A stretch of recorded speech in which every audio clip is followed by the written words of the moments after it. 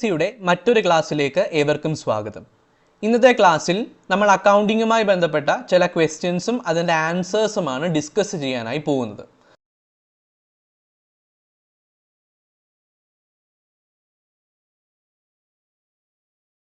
നമുക്ക് question answer സെഷനിലേക്ക് പോകാം.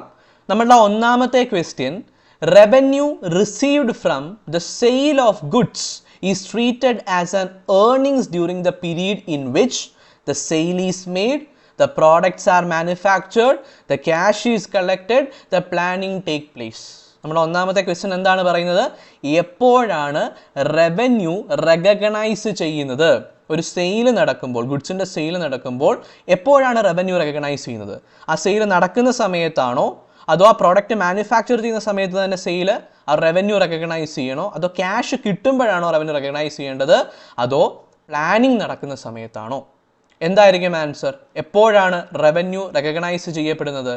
റവന്യൂ റെക്കഗ്നൈസ് ചെയ്യപ്പെടുന്നത് പ്രധാനമായിട്ടും റവന്യൂ റെക്കഗ്നിഷൻ പ്രിൻസിപ്പിൾ പ്രകാരം ആ ഒരു പെർട്ടിക്കുലർ സെയിൽ നടക്കുമ്പോഴാണ്. So the answer is when the sale is made എന്നുള്ളതാണ്, അല്ലേ?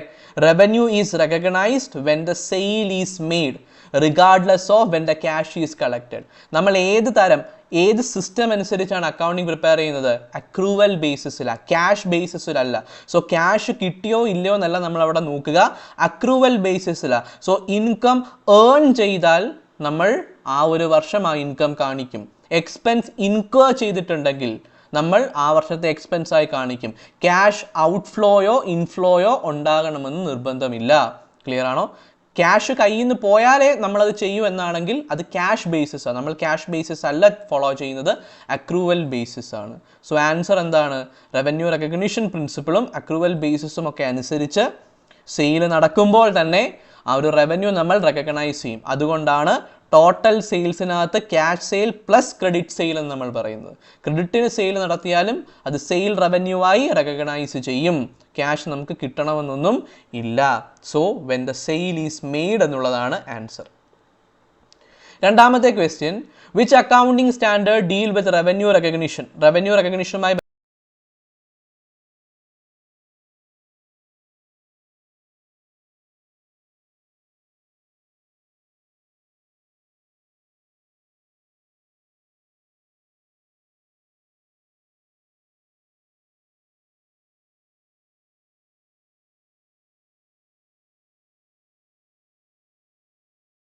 ബന്ധപ്പെട്ട അക്കൗണ്ടിങ് സ്റ്റാൻഡേർഡ് ഏതാണ്?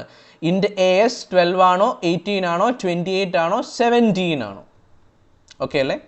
ഏതായിരിക്കും ആൻസർ? ആൻസർ IAS 18 എന്നുള്ളതാണ്.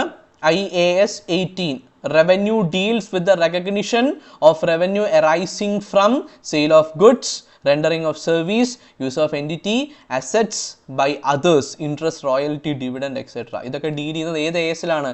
ഇൻഡ് AS 18-ലാണ്. ക്ലിയർ ആണോ? ഒരു പ്രധാനപ്പെട്ട കാര്യം നോട്ട് ചെയ്യേണ്ടത്, ഇൻഡ് AS 18 ഇപ്പം നിലവിലില്ല. IFRS 15 ഇൻഡ് AS 18-നെ റീപ്ലേസ് ചെയ്തിട്ടുണ്ട്. ഓക്കെ ആണോ? ഇപ്പം IFRS 15 ആണ് ഈ ഒരു പെർട്ടിക്കുലർ റവന്യൂ റെക്കഗ്നിഷനുമായി ബന്ധപ്പെട്ട കാര്യങ്ങളൊക്കെ ഡീൽ ചെയ്യുന്നത്. ഇൻഡ് AS 18 അല്ല. ക്ലിയർ അല്ലേ? നമ്മുടെ ഓപ്ഷനിൽ IFRS 15 ഒന്നും ഇല്ലായിരുന്നു. ആ പഴയ രീതിയിലുള്ള ആ ഒരു സംഭവം തന്നെയാണ് ക്വസ്റ്റ്യൻ ചെയ്തിരിക്കുന്നത്. അതുകൊണ്ടാണ് IAS 18 എന്ന് നമ്മൾ അവിടെ ചൂസ് ചെയ്തത്. ക്ലിയർ ആണോ? IAS 18 പഴയതാണ്. ഇപ്പം അതിൻ്റെ സ്ഥാനത്ത് IFRS 15 ആണ് നിലവിലുള്ളത്. ഓക്കെ.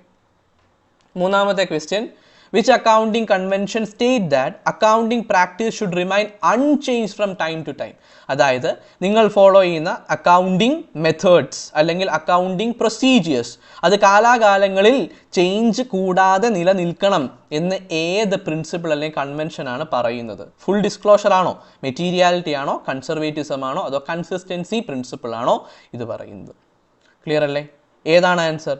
കൺസിസ്റ്റൻസി എന്നുള്ളതാണ് ആൻസർ. കൺസിസ്റ്റൻസി കൺവെൻഷനിലെ പ്രിൻസിപ്പിൾ എന്താ നമ്മളോട് പറയുന്നത്? The consistency convention state that accounting methods and practices should be applied uniformly over time. നിങ്ങൾ ഡിപ്രീസിയേഷൻ സ്ട്രെയിറ്റ് ലൈൻ മെത്തേഡിലാണ് കണ്ടെത്തുന്നതെങ്കിൽ ആ രീതിയിൽ തന്നെ ഇനി വരാൻ പോകുന്ന വർഷങ്ങളിലും അക്കൗണ്ടിങ് ചെയ്യുമ്പം ഡിപ്രീസിയേഷൻ കണ്ടെത്തുക. മാറ്റം ഉണ്ടാകാതെ നിങ്ങളത് ശ്രദ്ധിക്കുക. എന്നാൽ മാത്രമേ കമ്പാരിസൺ നടക്കാൻ സാധ്യതയുള്ളൂ, അല്ലെങ്കിൽ കമ്പയർ ചെയ്യാൻ നിങ്ങൾക്ക് പറ്റത്തുള്ളൂ. നിങ്ങളുടെ സ്റ്റേറ്റ്മെൻറ്റ് കമ്പാരബിലിറ്റി ഉറപ്പുവരുത്താനായിട്ട് സാധിക്കത്തുള്ളൂ. ഇനിയും നിങ്ങൾക്കിത് മാറ്റാനേ പറ്റില്ല എന്നല്ല, ഇൻ കേസ് നിങ്ങൾക്കത് മാറ്റണമെങ്കിൽ പ്രോപ്പറായിട്ട് നിങ്ങൾ ഈ മെത്തേഡ് മാറ്റുന്നു എന്ന് ഡിസ്ക്ലോസ് ചെയ്യണം. ഇത് മാറ്റുന്നത് കൊണ്ടുള്ള ചേഞ്ചസ് എന്തൊക്കെ വരും എന്നുള്ള കാര്യവും പ്രോപ്പറായി ഡിസ്ക്ലോസ് ചെയ്തിരിക്കണം. പറ്റുന്ന അത്രയും സമയവും യൂണിഫോം ആയിട്ട് മെത്തേഡ്സ് ആൻഡ് പ്രാക്ടീസസ് മെയിൻറ്റെയിൻ ചെയ്യണം എന്നാണ് കൺസിസ്റ്റൻസി പ്രിൻസിപ്പിൾ പറയുന്നത്. ക്ലിയർ ആണോ? If A change is made it must be clearly disclosed and justified. പ്രോപ്പറായിട്ട് അത് ഡിസ്ക്ലോസ് ചെയ്യണം, ജസ്റ്റിഫൈ ചെയ്യണം. എന്തുകൊണ്ട് ഈ ചേഞ്ച് മൂലം ഉണ്ടാകാൻ പോകുന്ന മാറ്റങ്ങൾ എന്തൊക്കെയെന്ന് വ്യക്തമായി പറഞ്ഞിരിക്കണം. അതാണ് അവിടെ പറയുന്നത്. സോ ആൻസർ എന്താണ്? കൺസിസ്റ്റൻസി എന്നുള്ളതാണ്. നാലാമത്തത്, repairs incurred before using a second hand van purchase recently. നിങ്ങളൊരു സെക്കൻഡ് ഹാൻഡ് വാൻ പർച്ചേസ് ചെയ്തു, നിങ്ങൾ എന്ത് ചെയ്തു? റിപ്പയർ നടത്തി, ആ വാനിന് റിപ്പയർ നടത്തി, എന്നാൽ മാത്രമേ അത് ഉപയോഗയോഗ്യമാകത്തുള്ളൂ. അങ്ങനെയാണെങ്കിൽ ഈ റിപ്പയർ നിങ്ങളെ സംബന്ധിച്ച് ഏത് തരത്തിലുള്ള എക്സ്പെൻഡിച്ചറാണ്? ക്യാപിറ്റൽ എക്സ്പെൻഡിച്ചർ ആണോ, റവന്യൂ എക്സ്പെൻഡിച്ചർ ആണോ, ഡെഫേർഡ് റവന്യൂ എക്സ്പെൻഡിച്ചർ ആണോ, അത് ഇതൊന്നുമല്ലേ? അതാണ് ചോദ്യം. റിപ്പയർ അല്ലേ, റിപ്പയർ എന്ന് മാത്രം കേൾക്കുമ്പോൾ നമുക്ക് തോന്നും അത് റവന്യൂ രീതിയിലുള്ളതാണ്. പക്ഷെ ഇത് എന്തിൻ്റെ റിപ്പയറാ? ഒരു അസറ്റ്, ഫിക്സഡ് അസറ്റിൻ്റെ റിപ്പയറാ. ഒരു സെക്കൻഡ് ഹാൻഡ് വാൻ മേടിച്ചു, അത് ഉപയോഗയോഗ്യമാകണമെങ്കിൽ റിപ്പയർ നടത്തിയേ പറ്റൂ. ക്ലിയർ ആണോ? നമ്മൾ കോസ്റ്റ് കോൺസെപ്റ്റിൽ എന്താ പറയുന്നത്? ഒരു ഫിക്സഡ് അസറ്റിൻ്റെ അല്ലെങ്കിൽ ഒരു അസറ്റിൻ്റെ കോസ്റ്റ് നിങ്ങൾ എങ്ങനെയാണ് അസർട്ടൈൻ ചെയ്യുന്നത്? അത് പർച്ചേസ് ചെയ്ത പ്രൈസ് പ്ലസ് അതിനെ നിങ്ങളുടെ ഫാക്ടറി അല്ലെങ്കിൽ ആ പ്ലേസ് ഓഫ് ബിസിനസ്സിലേക്ക് ട്രാൻസ്പോർട്ട് ചെയ്യേണ്ട transporting cost plus any expense incurred for making it useful. ഉപയോഗയോഗ്യമാക്കുന്നതിന് വേണ്ടി നിങ്ങൾ വേറെ എന്തൊക്കെ ചിലവ് വഹിച്ചിട്ടുണ്ടോ അതെല്ലാം ആ അസറ്റിൻ്റെ ചിലവായിട്ട് കൂട്ടണം. ക്ലിയർ ആണോ? ഈ റിപ്പയർ എന്തിനു വേണ്ടിയിട്ടാണ്? ആ സെക്കൻഡ് ഹാൻഡ് വാൻ ഉപയോഗയോഗ്യമാക്കുന്നതിന് വേണ്ടിയിട്ടാണ്. സോ ആ റിപ്പയറിൻ്റെ എക്സ്പെൻസ് ആ സെക്കൻഡ് ഹാൻഡ് വാനിൻ്റെ ആ ഒരു പെർട്ടിക്കുലർ വാല്യൂവിലേക്ക് ആഡ് ചെയ്യും. സോ അതെന്തായിരിക്കും? റവന്യൂ ആണോ, ക്യാപിറ്റൽ ആണോ? ക്യാപിറ്റൽ എക്സ്പെൻഡിച്ചർ ആണ്. ക്ലിയർ ആണോ? Repair made before using a second hand van to bring it into working condition, അത് വർക്കിംഗ് കണ്ടീഷനിൽ കൊണ്ടുവരുന്നതിന് വേണ്ടിയിട്ടാണ്. ആർ കൺസിഡേർഡ് ക്യാപിറ്റൽ എക്സ്പെൻഡിച്ചർ, അത് ക്യാപിറ്റൽ എക്സ്പെൻഡിച്ചറാണ്. ക്ലിയർ ആണോ? യെസ്.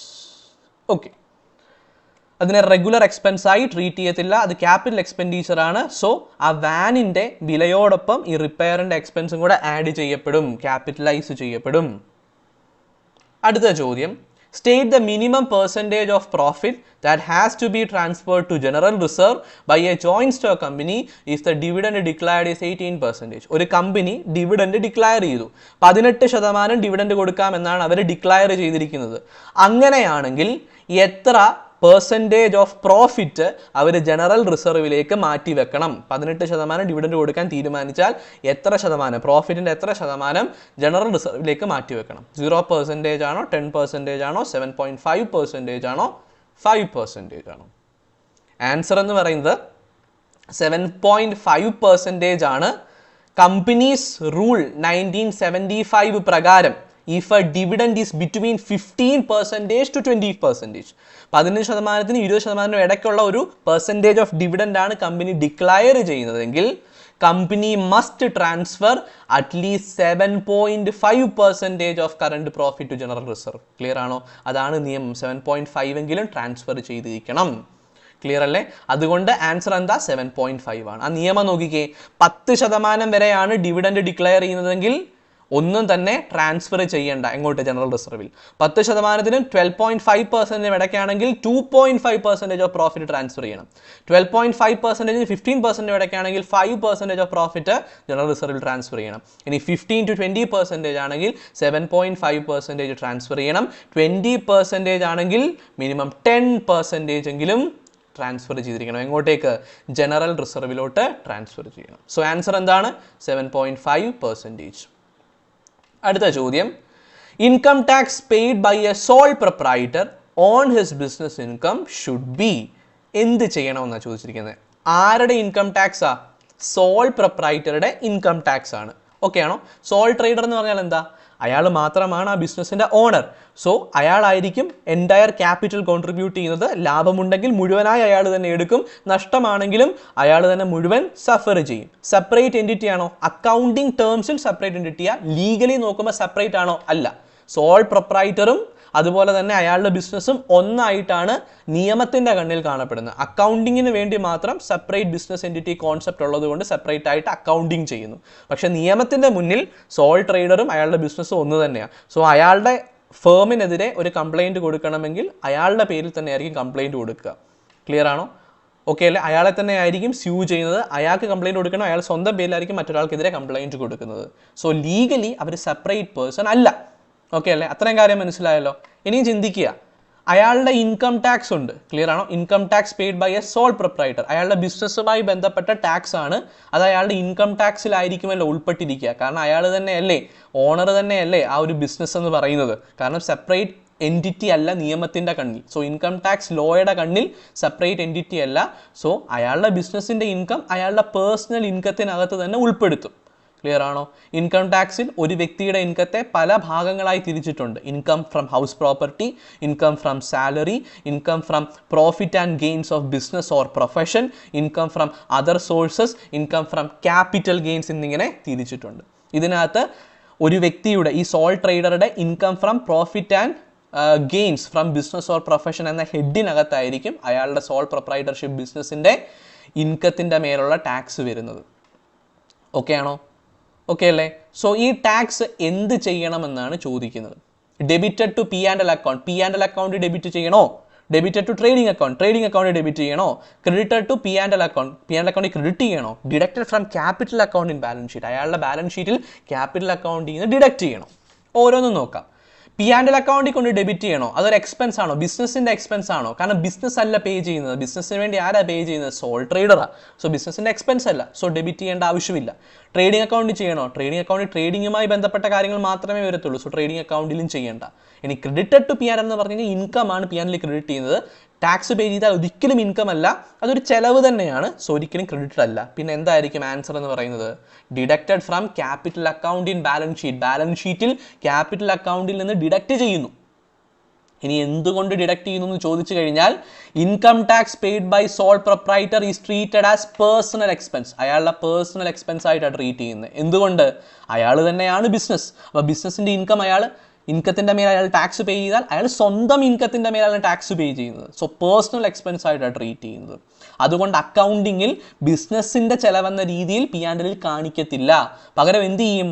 അയാൾക്ക് കൊടുക്കാനുള്ള പൈസ, ബിസിനസ് അയാൾക്ക് കൊടുക്കാനുള്ള പൈസ ക്യാപിറ്റൽ അതിൽ നിന്ന് കുറച്ച് കാണിക്കും. ഓക്കെ ആണോ? അതിൽ നിന്ന് കുറച്ച് കാണിക്കും. ഇനി ഇതിൻ്റെ തന്നെ വേറൊരു വേർഷൻ പറയാം. ഇതൊരു കമ്പനി ആയിരുന്നെങ്കിൽ, ഓക്കെ ആണോ, അത് സ്റ്റേറ്റ്മെൻറ്റ് ഓഫ് പി ആൻഡ് എല്ലിൽ എക്സ്പെൻസ് ആയി കാണിച്ചതിനെ കമ്പനിയുടെ ഇൻകം ടാക്സ് പെയ്ഡ്. ഓർത്തിരിക്കുക. കാരണം എന്താ? കമ്പനി ലീഗലി സെപ്പറേറ്റ് പേഴ്സണാണ്. Okay, sole proprietorship legally separate അല്ല. അക്കൗണ്ടിങ് ടേംസിൽ അക്കൗണ്ട്സ് പ്രിപ്പയർ ചെയ്യുമ്പോൾ മാത്രമാണ് സെപ്പറേറ്റ്. കമ്പനി എന്ന് പറയുന്നത് ലീഗലി സെപ്പറേറ്റ് എൻറ്റിറ്റിയാണ്. അതുകൊണ്ട് കമ്പനിയുടെ ഇൻകം ടാക്സ് കമ്പനിയാണ് പേ ചെയ്യുന്നത്. അപ്പോൾ കമ്പനിയുടെ എക്സ്പെൻസ് ആയിട്ട് statement of P and L expense ആയിട്ടുള്ളത് കാണും. ക്ലിയർ ആണോ? പക്ഷേ സോൾ ട്രേഡറുടെ കേസിൽ അയാൾ ആ ഓണർ തന്നെ പേ ചെയ്യുന്നു, അയാളുടെ ഇൻകത്തിൻ്റെ ഭാഗമായിട്ട് തന്നെ പേ ചെയ്യുന്നു. സോ ക്യാപിറ്റലിൽ നിന്ന് കുറയ്ക്കുകയാണ് ചെയ്യുന്നത്. ക്ലിയർ ആണോ? അത് വ്യക്തമായി മനസ്സിലാക്കിയിരിക്കുക. ഇവിടെ കമ്പനി എന്നാണ് പറഞ്ഞിരുന്നെങ്കിൽ സ്റ്റേറ്റ്മെൻറ്റ് ഓഫ് പി ആൻഡ് എല്ലിൽ എക്സ്പെൻസ് സൈഡിൽ വന്നേനെ. ഓക്കെ ആണോ? എന്തുകൊണ്ടാണ് ഇതിങ്ങനെ വരുന്നത്? ഇവിടെ സെപ്പറേറ്റ് ലീഗൽ എൻറ്റിറ്റി അല്ല സോൾ ട്രേഡിംഗ് കൺസേൺ എന്ന് പറയുന്നത്. Sole trader and his business they are treated as one in front of law. എന്നാൽ കമ്പനി അങ്ങനെയല്ല. Company is a separate legal person. Okay ആണോ? അതാണ് ആ ഒരു ആൻസർ അവിടെ വന്നത്. Deducted from capital account in the balance sheet. അടുത്ത ഏഴാമത്തെ question. The cancellation of share at the initiative of the share holder. Share holder സ്വയമേ തന്നെ ഷെയർ എന്ത് ചെയ്യുക? ക്യാൻസൽ ചെയ്യുക. അതിൻ്റെ ഫോർഫീച്ചർ എന്നാണോ പറയുന്നത്? സറണ്ടർ എന്നാണോ? അണ്ടർ റൈറ്റിംഗ് എന്നാണോ? അതോ നൺ ഓഫ് ദി എബവ് ആണോ? ഏതായിരിക്കും? ഫോർഫീച്ചർ എന്ന് പറഞ്ഞാൽ എന്താ? ഒരു ഷെയർ ഒരു കമ്പനി ഇഷ്യൂ ചെയ്തു, അതിൻ്റെ മേൽ പൈസ ഷെയർ ഹോൾഡർ കമ്പനിക്ക് കൊടുക്കാനുണ്ട്. പല കോൾസിലായിട്ടായിരിക്കും അത് മേടിക്കുന്നത്. ഏതെങ്കിലും ഒരു കോൾ ഡിഫോൾട്ട് ചെയ്ത് കഴിഞ്ഞാൽ കമ്പനി ആ ഷെയർ ക്യാൻസൽ ചെയ്യുന്നതിനെ ഫോർഫീച്ചർ എന്ന് വിളിക്കുന്നത്. അണ്ടർ റൈറ്റിംഗ് എന്ന് പറഞ്ഞാൽ എന്താ? മിനിമം സബ്സ്ക്രിപ്ഷൻ തികഞ്ഞില്ലെങ്കിൽ ഇഷ്യൂ ക്യാൻസൽ ചെയ്യണം. സോ അണ്ടർ റൈറ്ററുടെ സഹായം തേടും. അയാൾ എന്ത് ചെയ്യും? 90% സബ്സ്ക്രിപ്ഷൻ ഉറപ്പാക്കുന്നു. അതാണ് അണ്ടർ റൈറ്റിംഗ്. സറണ്ടർ എന്ന് പറയുന്നതാണ് ഒരു ഷെയർ ഹോൾഡർ സ്വയമേ തൻ്റെ കയ്യിലുള്ള ഷെയർ ക്യാൻസൽ ചെയ്യുന്നതിന് വേണ്ടി കമ്പനിക്ക് സറണ്ടർ ചെയ്യുന്നു. അതാണ് surrender of share. So answer എന്തായിരിക്കും? സറണ്ടർ ആയിരിക്കും. ക്ലിയർ ആണോ? ഫോർഫീച്ചർ അല്ല, കാരണം അവിടെ കമ്പനിയാണ് ക്യാൻസൽ ചെയ്യുന്നത് കോൾസ് ഡിഫോൾട്ട് ചെയ്തുകൊണ്ട്, പൈസ കൊടുക്കാൻ പറഞ്ഞു പക്ഷേ ഡിഫോൾട്ട് ചെയ്തുകൊണ്ട് ഷെയർ ഹോൾഡർ. അതുപോലെ തന്നെ അണ്ടർ റൈറ്റിങ്ങും അല്ല, അത് മിനിമം സബ്സ്ക്രിപ്ഷനുമായിട്ട് ബന്ധപ്പെട്ട കാര്യമാണ്, പ്രൊസീജിയർ റിക്വയർമെൻ്റ് ആണ്. ആൻസർ എന്താണ്? സറണ്ടർ ആണ്. Surrender of share refer to the voluntary return of share by the shareholder to the company. Clear ആണോ? ഫോർ ക്യാൻസലേഷൻ, അതിനെ സറണ്ടർ എന്നാണ് വിളിക്കുന്നത്. ഓക്കെ അല്ലേ? യെസ്. ഫോർഫീച്ചർ ആകാൻ എന്തുകൊണ്ടാണ്? ഇവിടെ കമ്പനിയാണ് ക്യാൻസലേഷൻ ഇനിഷ്യേറ്റ് ചെയ്യുന്നത്. ഫോർഫീച്ചറിൽ കമ്പനിയാണ് ക്യാൻസലേഷൻ ഇനിഷ്യേറ്റ് ചെയ്യുന്നത്, സറണ്ടറിൽ ഷെയർ ഹോൾഡറാണ് ക്യാൻസലേഷൻ ഇനിഷ്യേറ്റ് ചെയ്യുന്നത്. ഓക്കെ അല്ലേ? Yes. So answer is surrender. എട്ടാമത്തത്, the profit on depreciation policy is transferred to. Depreciation പോളിസിയുടെ പ്രോഫിറ്റ് അത് എങ്ങോട്ടേക്കാണ് ട്രാൻസ്ഫർ ചെയ്യുന്നത്? കുറേ ഓപ്ഷൻസ് ഉണ്ട്. ആൻസർ ഡിപ്രീസിയേഷൻ റിസർവ് അക്കൗണ്ട് എന്നുള്ളതാണ്. ഡിപ്രീസിയേഷൻ റിസർവ് അക്കൗണ്ടിലേക്കാണ് ഡിപ്രീസിയേഷൻ പോളിസിയുമായി ബന്ധപ്പെട്ട പ്രോഫിറ്റ് ട്രാൻസ്ഫർ ചെയ്യുന്നത്. ക്ലിയർ ആണോ? അപ്പോൾ എന്താണെന്ന് നോക്കാം. If the depreciation charge is less than the amount actually required. Clear ആണോ? അതായത് നമ്മൾ കുറച്ച് റിസർവായി മാറ്റി വെച്ചിട്ടുണ്ട് ഡിപ്രീസിയേഷൻ പേ ചെയ്യുന്നതിന് വേണ്ടി, അല്ലെങ്കിൽ ഡിപ്രീസിയേഷൻ ചാർജ് ചെയ്യുന്നതിന് വേണ്ടി. പക്ഷേ അതിൽ കുറവ് മാത്രമേ നമുക്ക് ചാർജ് ചെയ്യേണ്ടതായിട്ട് വന്നുള്ളൂ. സോ നമ്മളുടെ ആ ഒരു പെർട്ടിക്കുലർ അക്കൗണ്ടിൽ നമ്മൾ വകമാറ്റിയിരുത്തിയതിനേക്കാൾ കുറവ് മാത്രമേ ചാർജ് ചെയ്യേണ്ടി വന്നുള്ളൂ. സോ അവിടെ എക്സസ് എമൗണ്ട് ബാക്കി നിൽപ്പുണ്ട്. ആ എക്സസ് എമൗണ്ടിനെ പ്രോഫിറ്റ് എന്ന് വിളിക്കാം. ഈ പ്രോഫിറ്റ് എങ്ങോട്ടാണ് ട്രാൻസ്ഫർ ചെയ്യുക? ഡിപ്രീസിയേഷൻ റിസർവ് അക്കൗണ്ടിലേക്കാണ് ട്രാൻസ്ഫർ ചെയ്യുന്നത്. P&L ഡയറക്റ്റ് ആയിട്ട് കൊടുക്കാതെ ആദ്യം ഡിപ്രീസിയേഷൻ റിസർവ് അക്കൗണ്ടിൽ ട്രാൻസ്ഫർ ചെയ്യും, എന്നിട്ട് അവിടെ നിന്നായിരിക്കും ബാക്കി പരിപാടികളൊക്കെ ചെയ്യുന്നത്. ക്ലിയർ ആണോ? യെസ്. സോ അതാണ് ആൻസർ. സോ ഡിപ്രീസിയേഷൻ റിസർവ് അക്കൗണ്ടിലേക്കാണ് ഡിപ്രീസിയേഷൻ പോളിസിയുമായി ബന്ധപ്പെട്ട എന്തെങ്കിലും പ്രോഫിറ്റ് കിട്ടിയാൽ. ഡിപ്രീസിയേഷൻ പോളിസിയുമായി ബന്ധപ്പെട്ടെന്ന് പറഞ്ഞാൽ എന്താ? നിങ്ങൾ ഡിപ്രീസിയേഷൻ പ്രതീക്ഷിച്ചതിനേക്കാളും കുറവ് മാത്രമേ ആയുള്ളൂ. സോ വക മാറ്റി അതിനേക്കാൾ കൂടുതൽ വെച്ചിരുന്നു. സോ നിങ്ങൾക്ക് അവിടെ ഒരു എക്സസ് എമൗണ്ട് ഉണ്ട്, അത് നിങ്ങളുടെ ലാഭമായി നിങ്ങൾ കണക്കാക്കും, ഡിപ്രീസിയേഷൻ റിസർവ് അക്കൗണ്ടിൽ കൊണ്ടിടും. ക്ലിയർ ആണോ? So answer is depreciation reserve account. ഒമ്പതാമത്തത്, donations received by non-profit making organization for a special purpose will be taken to the income and expenditure account. Asset side of balance sheet, liability side of balance sheet will not be considered at all. ഇത് എന്തുമായി ബന്ധപ്പെട്ടതാ? Not for profit ഓർഗനൈസേഷനുമായി ബന്ധപ്പെട്ടതാ. Okay ആണോ? ഇതെന്താ പറഞ്ഞിരിക്കുന്നത്? ഡൊണേഷനാണ്. Okay അല്ലേ? സാധാരണ ഡൊണേഷൻ ആണോ? അല്ല, സ്പെഷ്യൽ പർപ്പസിനുള്ള ഡൊണേഷൻ. അപ്പം നമ്മൾ പഠിച്ചിട്ടുണ്ട്, സ്പെഷ്യൽ പർപ്പസിനുള്ള ഒരു ഡൊണേഷൻ അല്ലെങ്കിൽ എന്തെങ്കിലും തരത്തിലുള്ള പേയ്മെൻ്റ് ആണ് നോട്ട് ഫോർ പ്രോഫിറ്റ് ഓർഗനൈസേഷന് കിട്ടുന്നതെങ്കിൽ അത് ആ പർപ്പസിന് വേണ്ടി മാത്രമേ ഉപയോഗിക്കാൻ പറ്റത്തുള്ളൂ. And it will be capitalised. അത് എന്ത് ചെയ്യും? ക്യാപിറ്റലൈസ് ചെയ്യും. ക്യാപിറ്റലൈസ് ചെയ്യുമെന്ന് പറഞ്ഞു കഴിഞ്ഞാൽ ബാലൻസ് ഷീറ്റിൻ്റെ ലൈബിലിറ്റി സൈഡിൽ കൊണ്ടുപോയി എഴുതുക. അവിടെ അല്ലേ ക്യാപിറ്റൽ എഴുതുന്നത്? ഓക്കെ ആണോ? സോ ആൻസർ എന്താണ്? Liability side of balance sheet എന്നുള്ളത്. Donation received for a special purpose, അതായത് specific fund, are treated as liability until the fund are actually used for the purpose. Clear ആണോ? Okay ആണോ? അവിടെ പറഞ്ഞതിനകത്ത് ഒരു mistake ഉണ്ട്. Capitalise ചെയ്യുമെന്നല്ല, sorry, അത് liability ആയിട്ട് കണക്കാക്കും. കാരണം എന്താ? അത് ആ സ്പെസിഫിക് പർപ്പസിന് വേണ്ടി മാത്രമേ ഉപയോഗിക്കാൻ പറ്റുള്ളൂ. അതിനുവേണ്ടി അത് ഉപയോഗിക്കുന്നിടം വരെ അത് ലയബിലിറ്റി ആയിട്ട് ട്രീറ്റ് ചെയ്യും, ലയബിലിറ്റി സൈഡിൽ കാണിക്കും. So these donations are shown on the liability side of balance sheet under a special fund or earmarked fund account. Special fund എന്ന രീതിയിൽ ലയബിലിറ്റി സൈഡിൽ കാണിക്കും. ഓക്കെ ആണോ? അത് ഇൻകം ആൻഡ് എക്സ്പെൻഡിച്ചർ അക്കൗണ്ടിൽ വരില്ല. ഓക്കെ അല്ലേ? അതൊരു സ്പെസിഫിക് ഫണ്ട് ആയതുകൊണ്ട് ലയബിലിറ്റി ആയി ട്രീറ്റ് ചെയ്ത് ബാലൻസ് ഷീറ്റിലെ ലയബിലിറ്റി സൈഡിലേ വരുള്ളൂ. ക്യാപിറ്റലൈസ് ചെയ്യുകയല്ല ചെയ്യുന്നത്. ഓക്കെ, ക്യാപിറ്റലിലൂടെ ആഡ് ചെയ്യുകയല്ല ചെയ്യുന്നത്, ലയബിലിറ്റി ആയി തന്നെ കാണിക്കുകയാണ് ചെയ്യുന്നത്. ഓക്കെ ആണോ? സോ അതാണ് അവിടെ answer, liability side of balance sheet.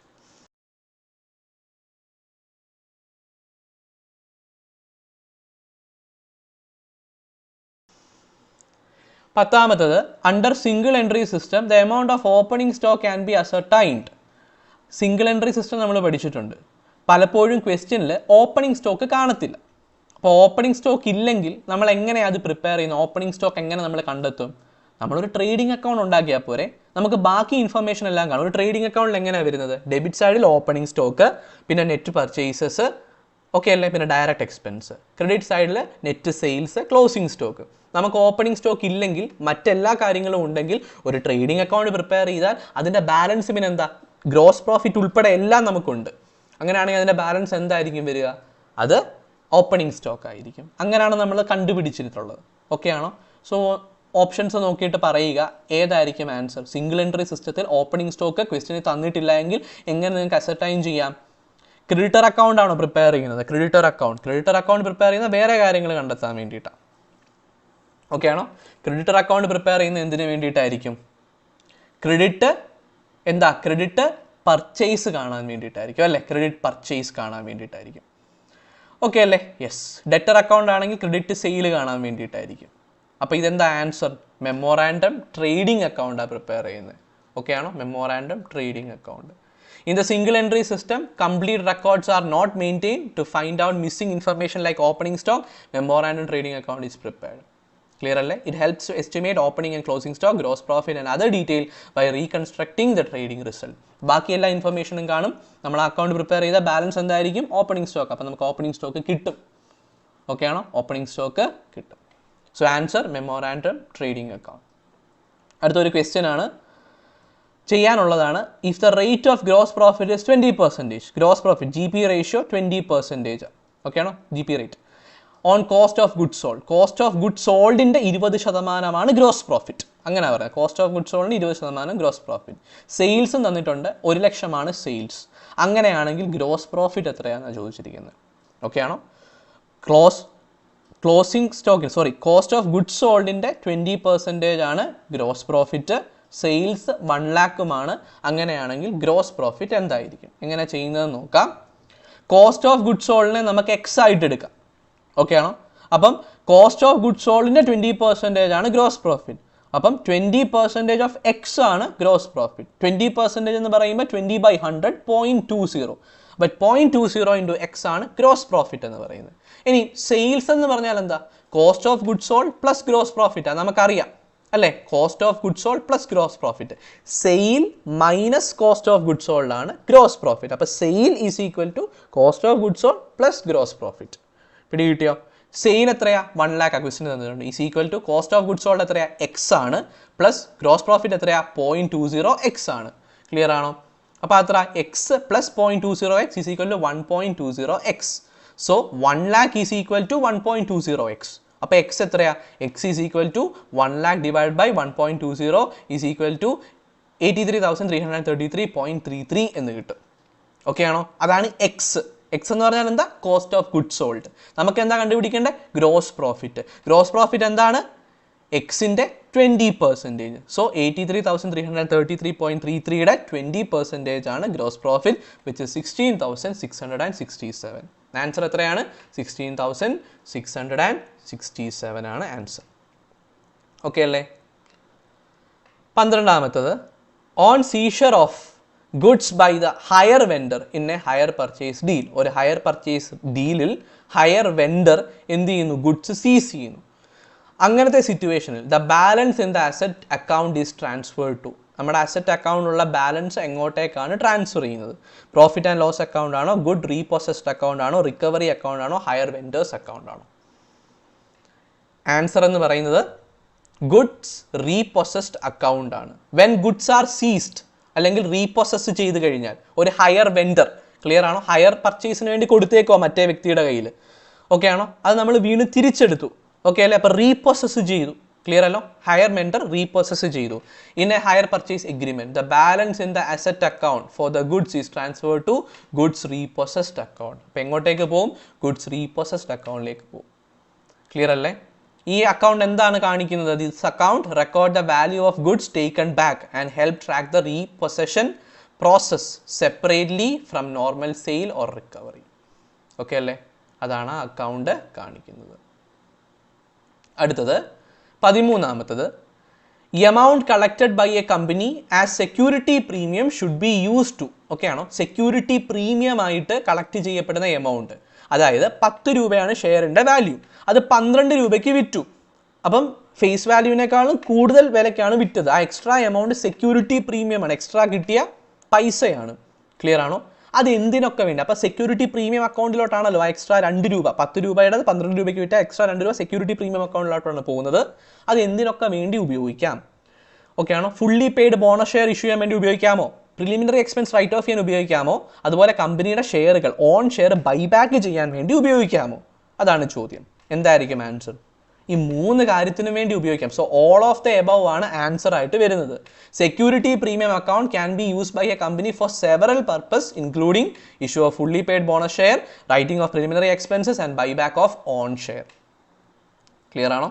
ഇതൊക്കെ കമ്പനീസ് ആക്ട് പ്രകാരം പെർമിറ്റഡ് ആണ്. So all of the above ആണ് ആൻസർ വരുന്നത്. 14ാമത്തെ ചോദ്യം, a predetermined cost of an activity. ഒരു ആക്ടിവിറ്റിയുടെ കോസ്റ്റ്, പക്ഷേ ആക്ച്വലി ഉണ്ടായ കോസ്റ്റ് അല്ല, പ്രീ ഡിറ്റർമൈൻഡ് മുൻകൂട്ടി തീരുമാനിച്ച കോസ്റ്റ് ആ ആക്ടിവിറ്റിയുടെ, അല്ലെങ്കിൽ ഒരു ഓപ്പറേഷൻ്റെ അല്ലെങ്കിൽ ഒരു പ്രോസസ്സിൻ്റെ മുൻകൂട്ടി തീരുമാനിച്ച കോസ്റ്റ് ആണ്. Established as A basis for control and reporting. ഈ ഒരു കോസ്റ്റ് മുൻകൂട്ടി തീരുമാനിക്കും. ഈ കോസ്റ്റിൻ്റെ ബേസിസിലാണ് ആ ഒരു ആക്ടിവിറ്റി ആയിക്കോട്ടെ, പ്രോസസ്സ് ആയിക്കോട്ടെ, ഓപ്പറേഷൻ ആയിക്കോട്ടെ, അതിനെ കൺട്രോൾ ചെയ്യാൻ വേണ്ടി ഉപയോഗിക്കുന്നത്. അങ്ങനെയാണെങ്കിൽ ഈ കോസ്റ്റിനെ എന്തെന്ന് വിളിക്കാം? സോഷ്യൽ കോസ്റ്റ് ആണോ, സങ്ക് കോസ്റ്റ് ആണോ, സ്റ്റാൻഡേർഡ് കോസ്റ്റ് ആണോ, ടോട്ടൽ കോസ്റ്റ് ആണോ? ഏതായിരിക്കും ആ കോസ്റ്റ്? പ്രീ ഡിറ്റർമൈൻഡ് കോസ്റ്റ് ആണ്. ഉപയോഗിക്കുന്നത് കൺട്രോൾ ചെയ്യാൻ വേണ്ടിയിട്ടാണ് ആ ഒരു പ്രോസസ്സിനെ അല്ലെങ്കിൽ ഒരു ആക്ടിവിറ്റി അല്ലെങ്കിൽ ഓപ്പറേഷനെ. അങ്ങനത്തെ കോസ്റ്റുകളാണ് സ്റ്റാൻഡേർഡ് കോസ്റ്റ് എന്ന് വിളിക്കുന്നത്. A standard cost is a predetermined cost set in advance for an activity, operation or process. എന്തിനു വേണ്ടിയിട്ട് ഉപയോഗിക്കുന്നത്? കോസ്റ്റ് കൺട്രോൾ ചെയ്യാൻ വേണ്ടി, പെർഫോമൻസ് മെഷർ ചെയ്യാൻ വേണ്ടി. ഒരു സ്റ്റാൻഡേർഡ് ഉണ്ടെങ്കിൽ ആക്ച്വൽ പെർഫോമൻസ് നടന്നു കഴിയുമ്പോൾ സ്റ്റാൻഡേർഡുമായി കമ്പയർ ചെയ്യും. സ്റ്റാൻഡേർഡ് അച്ചീവ് ചെയ്തോ നോക്കും. സ്റ്റാൻഡേർഡിന് മുകളിൽ പോവുകയാണെങ്കിൽ നല്ല പെർഫോമൻസ് ആണ്, സ്റ്റാൻഡേർഡിൽ താഴെ നിൽക്കുകയാണെങ്കിൽ പെർഫോമൻസ് പോരാ. അപ്പോൾ എന്തുകൊണ്ട് സ്റ്റാൻഡേർഡ് അച്ചീവ് ചെയ്യാൻ പറ്റിയില്ല എന്ന് നോക്കാം. ആ ഡിസ്ക്രീപ്പൻസി നമുക്ക് എന്ത് ചെയ്യാം? നമുക്ക് കൺട്രോൾ ചെയ്യാനായിട്ട് സാധിക്കും. സോ കൺട്രോളിംഗ് പർപ്പസിന് വേണ്ടി സെറ്റ് ചെയ്യുന്ന പ്രീ ഡിറ്റർമൈൻഡ് കോസ്റ്റ് ആണ് standard cost. So the answer is standard cost. 15ാമത്തെ question, dividend declared by board of directors in between 2 annual general body meeting is known as. ഓക്കെ ആണോ? 2 annual general body meeting സാധാരണ വർഷാവർഷമാണ് നടക്കുന്നത്. Okay ആണോ? ഒരു general body meeting കഴിഞ്ഞാൽ ഒരു വർഷം കഴിയുമ്പോൾ അടുത്ത ജനറൽ ബോഡി മീറ്റിംഗ് ആ രീതിയിലാണ് സാധാരണ നടക്കുന്നത്. ഇതിൻ്റെ ഇടയ്ക്ക്, ഓക്കെ ആണോ, ഇതിൻ്റെ ഇടയ്ക്ക് ഒരു മീറ്റിംഗ് നടന്നാൽ അതിനെ എന്തെന്ന് വിളിക്കാം? ഓക്കെ ആണോ?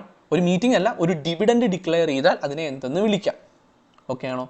2 ആനുവൽ ജനറൽ ബോഡി മീറ്റിങ്ങിൻ്റെ ഇടയ്ക്ക് ഒരു dividend declaration board of directors നടത്തി. അങ്ങനെയാണെങ്കിൽ അതിനെ ഏത് ഡിവിഡൻഡ് എന്ന് വിളിക്കാം? പ്രപ്പോസ്ഡ് ഡിവിഡൻഡ് ആണോ, അൺക്ലെയിംഡ് ആണോ, സ്ക്രിപ്റ്റ് ഡിവിഡൻഡ് ആണോ, ഇൻ്ററിം ഡിവിഡൻഡ് ആണോ? ഏതായിരിക്കും answer? In between a particular financial year dividend declare ചെയ്ത് കഴിഞ്ഞാൽ ഇൻ്ററിം ഡിവിഡൻഡ് എന്നാണ് അതിനെ വിളിക്കുന്നത്. ഓക്കെ ആണോ? Interim dividend declared and paid by the board of directors between 2 annual general body meeting. Clear ആണോ? Before the final accounts are approved. Accounts approve ചെയ്യുന്നതിന് മുന്നേ ആ ഒരു ഇയറിൻ്റെ ഇടയ്ക്ക് വെച്ച് ഡിക്ലെയർ ചെയ്യപ്പെടുന്ന ഡിവിഡൻഡ് ആണ്. ക്ലിയർ അല്ലേ? യെസ്. പ്രപ്പോസ് ഡിവിഡൻഡ് എന്ന് പറഞ്ഞാൽ എന്താ? ആനുവൽ ജനറൽ ബോഡി മീറ്റിംഗിൽ പ്രപ്പോസ് ചെയ്ത ഡിവിഡൻഡ് ആണ് പ്രപ്പോസ് ഡിവിഡൻഡ്. അത് ഫൈനൽ പ്രോഫിറ്റിനെ ബേസ് ചെയ്തായിരിക്കും പ്രപ്പോസ് ഡിവിഡൻഡ്. ഇതിനൊക്കെ മുന്നേ വരുന്ന ഡിവിഡൻഡ് ഡിക്ലറേഷൻ ആണെങ്കിൽ ഇൻ്ററിം ഡിവിഡൻഡ് എന്നാണ് അതിനെ വിളിക്കുന്നത്. 16ാമത്തത്, if vendors are issued fully paid shares of ₹1 lakh. അപ്പോൾ വെൻഡേഴ്സിന് ഷെയർ കൊടുത്തു, ഫുള്ളി പെയ്ഡ് ഷെയർസ് ആണ്, 1 ലക്ഷം രൂപയുടെ ഷെയർസാണ്. ഓക്കെ ആണോ? പക്ഷേ അവിടെ അസറ്റിൻ്റെ വെർത്ത് എന്ന് പറയുന്നത് 85,000 രൂപയേ ഉള്ളൂ. 1 ലക്ഷം രൂപ അവർ പേ ചെയ്തു, ഫുള്ളി പെയ്ഡാണ്. അപ്പോൾ 1 ലക്ഷം രൂപ ആ ഷെയർ മേടിച്ചവൻ തന്നിട്ടുണ്ട്. പക്ഷേ ശരിക്കും ആ അസറ്റിൻ്റെ വില അല്ലെങ്കിൽ ഷെയറിൻ്റെ വില 85,000 രൂപ മാത്രമേ ഉള്ളൂ. അവൻ എക്സ്ട്രാ ഒരു 15,000 കൂടെ പേ ചെയ്തു. അതാണ് ടോട്ടൽ അവൻ്റെ 1 lakh വന്നത്. 1,85,000 ആ ഷെയറിൻ്റെ ശരിക്കുള്ള വിലയുള്ളൂ. 15,000 അവൻ എക്സ്ട്രാ പേ ചെയ്തു.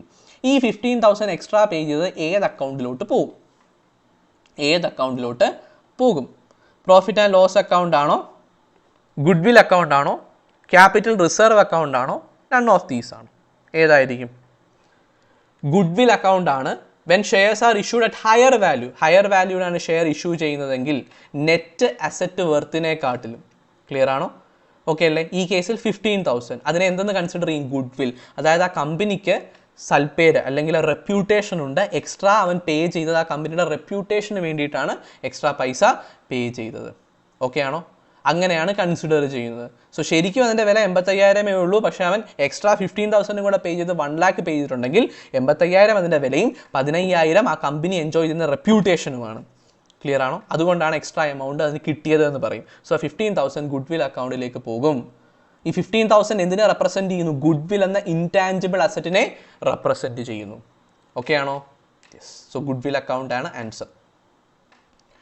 17ാമത്തത്, the balance in the share forfeiture account after the reissue of forfeited share is transferred to. നമ്മൾ അതിൻ്റെ പ്രൊസീജിയറും കാര്യങ്ങളും എല്ലാം നോക്കുന്നതാണ്. ഒരു ഷെയർ ഫോർഫീറ്റ് ചെയ്യപ്പെട്ടു, അതായത് കമ്പനി ഷെയർ ഇഷ്യൂ ചെയ്തു, ഒരു വ്യക്തി അത് സബ്സ്ക്രൈബ് ചെയ്തു, മേടിച്ചു, അതിൻ്റെ പൈസ അയാൾ ആപ്ലിക്കേഷൻ സമയത്ത് കുറച്ച് കൊടുത്തു, അലോട്ട്മെൻറ്റ് സമയത്ത് കമ്പനി വിളിച്ചു, അത് അയാൾ കൊടുത്തു. പക്ഷേ ഏതോ ഒരു കോൾ അയാൾ എന്ത് ചെയ്തു, ഡിഫോൾട്ട് ചെയ്തു, അയാൾ പേ ചെയ്തില്ല. അപ്പോൾ അത് എന്തായി, അൺപെയ്ഡ് ആയിട്ട് നിലനിൽക്കുക. അപ്പോൾ കമ്പനി അത് പറയുകയാണ്, ഇവൻ പേ ചെയ്യാത്തത് കൊണ്ട് ഈ ഷെയർ ഞങ്ങൾ ഫോർഫീറ്റ് ചെയ്യുകയാണ്. ഇങ്ങനെ ഫോർഫീറ്റ് ചെയ്താൽ ആ ഷെയർ ക്യാൻസൽ ചെയ്തു കഴിയുമ്പോൾ കമ്പനി അടുത്ത് ചെയ്യുന്നത് എന്താ, ആ ഫോർഫീറ്റഡ് ഷെയർ റീഇഷ്യൂ ചെയ്യുക എന്നുള്ളതാണ്. കമ്പനി അങ്ങനെ റീഇഷ്യൂവും ചെയ്തു. ക്ലിയർ ആണോ? എന്നിട്ട് ആ ഒരു ഷെയർ ഫോർഫീച്ചർ അക്കൗണ്ടിൽ റീഇഷ്യൂവിന് ശേഷവും ബാക്കി എന്തെങ്കിലും വന്നിട്ടുണ്ടെങ്കിൽ അത് എങ്ങോട്ടേക്ക് ട്രാൻസ്ഫർ ചെയ്യും? നമ്മൾ ആ ജേർണൽ എൻട്രി പഠിച്ചിട്ടുള്ളത് ഫോർഫീച്ചർ അക്കൗണ്ടിൽ ബാലൻസ് ആഫ്റ്റർ റീഇഷ്യൂ എന്തെങ്കിലും വന്നിട്ടുണ്ടെങ്കിൽ അത് ക്യാപിറ്റൽ റിസർവ് അക്കൗണ്ടിലേക്കാണ് നമ്മൾ മാറ്റുക. ക്യാപിറ്റൽ റിസർവ് അക്കൗണ്ടിലേക്ക്. The balance in the share forfeiture account will be transferred to capital reserve account.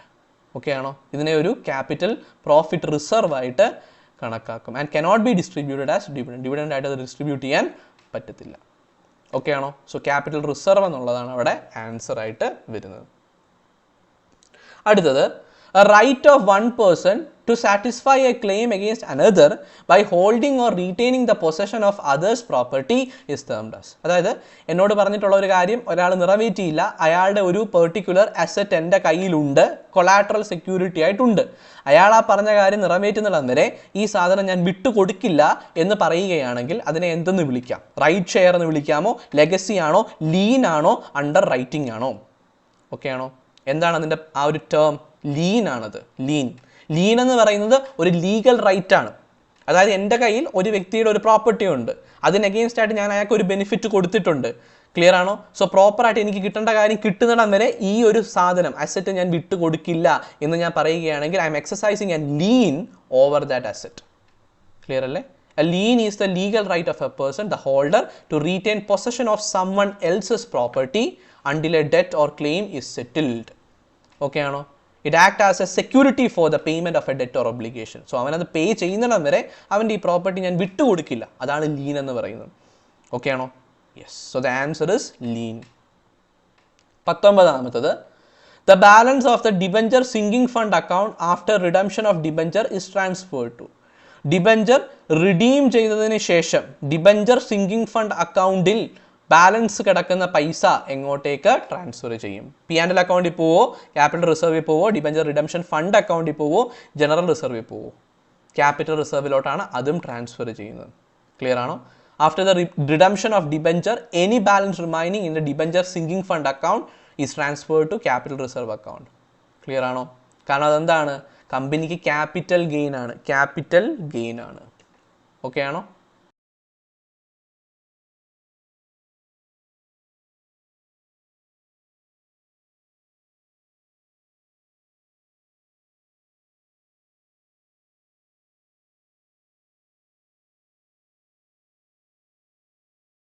നമുക്ക് ക്വസ്റ്റ്യൻ ഡിസ്കഷൻ കണ്ടിന്യൂ ചെയ്യാം. ഇനിയും 51ാമത്തെ ക്വസ്റ്റ്യൻ ആണ് ഡിസ്കസ് ചെയ്യുന്നത്.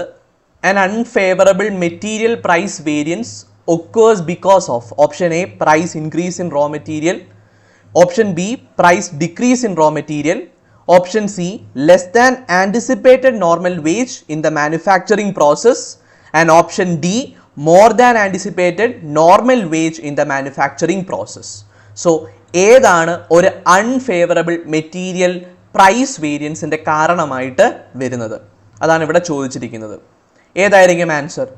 ആൻസർ എന്ന് പറയുന്നത് an increase in raw material എന്നുള്ളതാണ്. The price of raw material increase ചെയ്യുന്ന situation.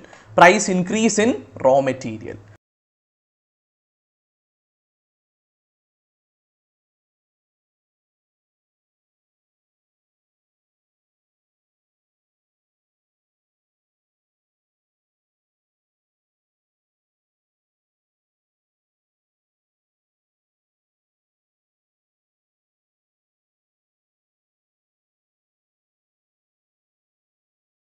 Clear അല്ലേ? എന്തുകൊണ്ടാണ്? An unfavourable material price variance happens when the actual price paid for raw material is higher than the standard or expected price.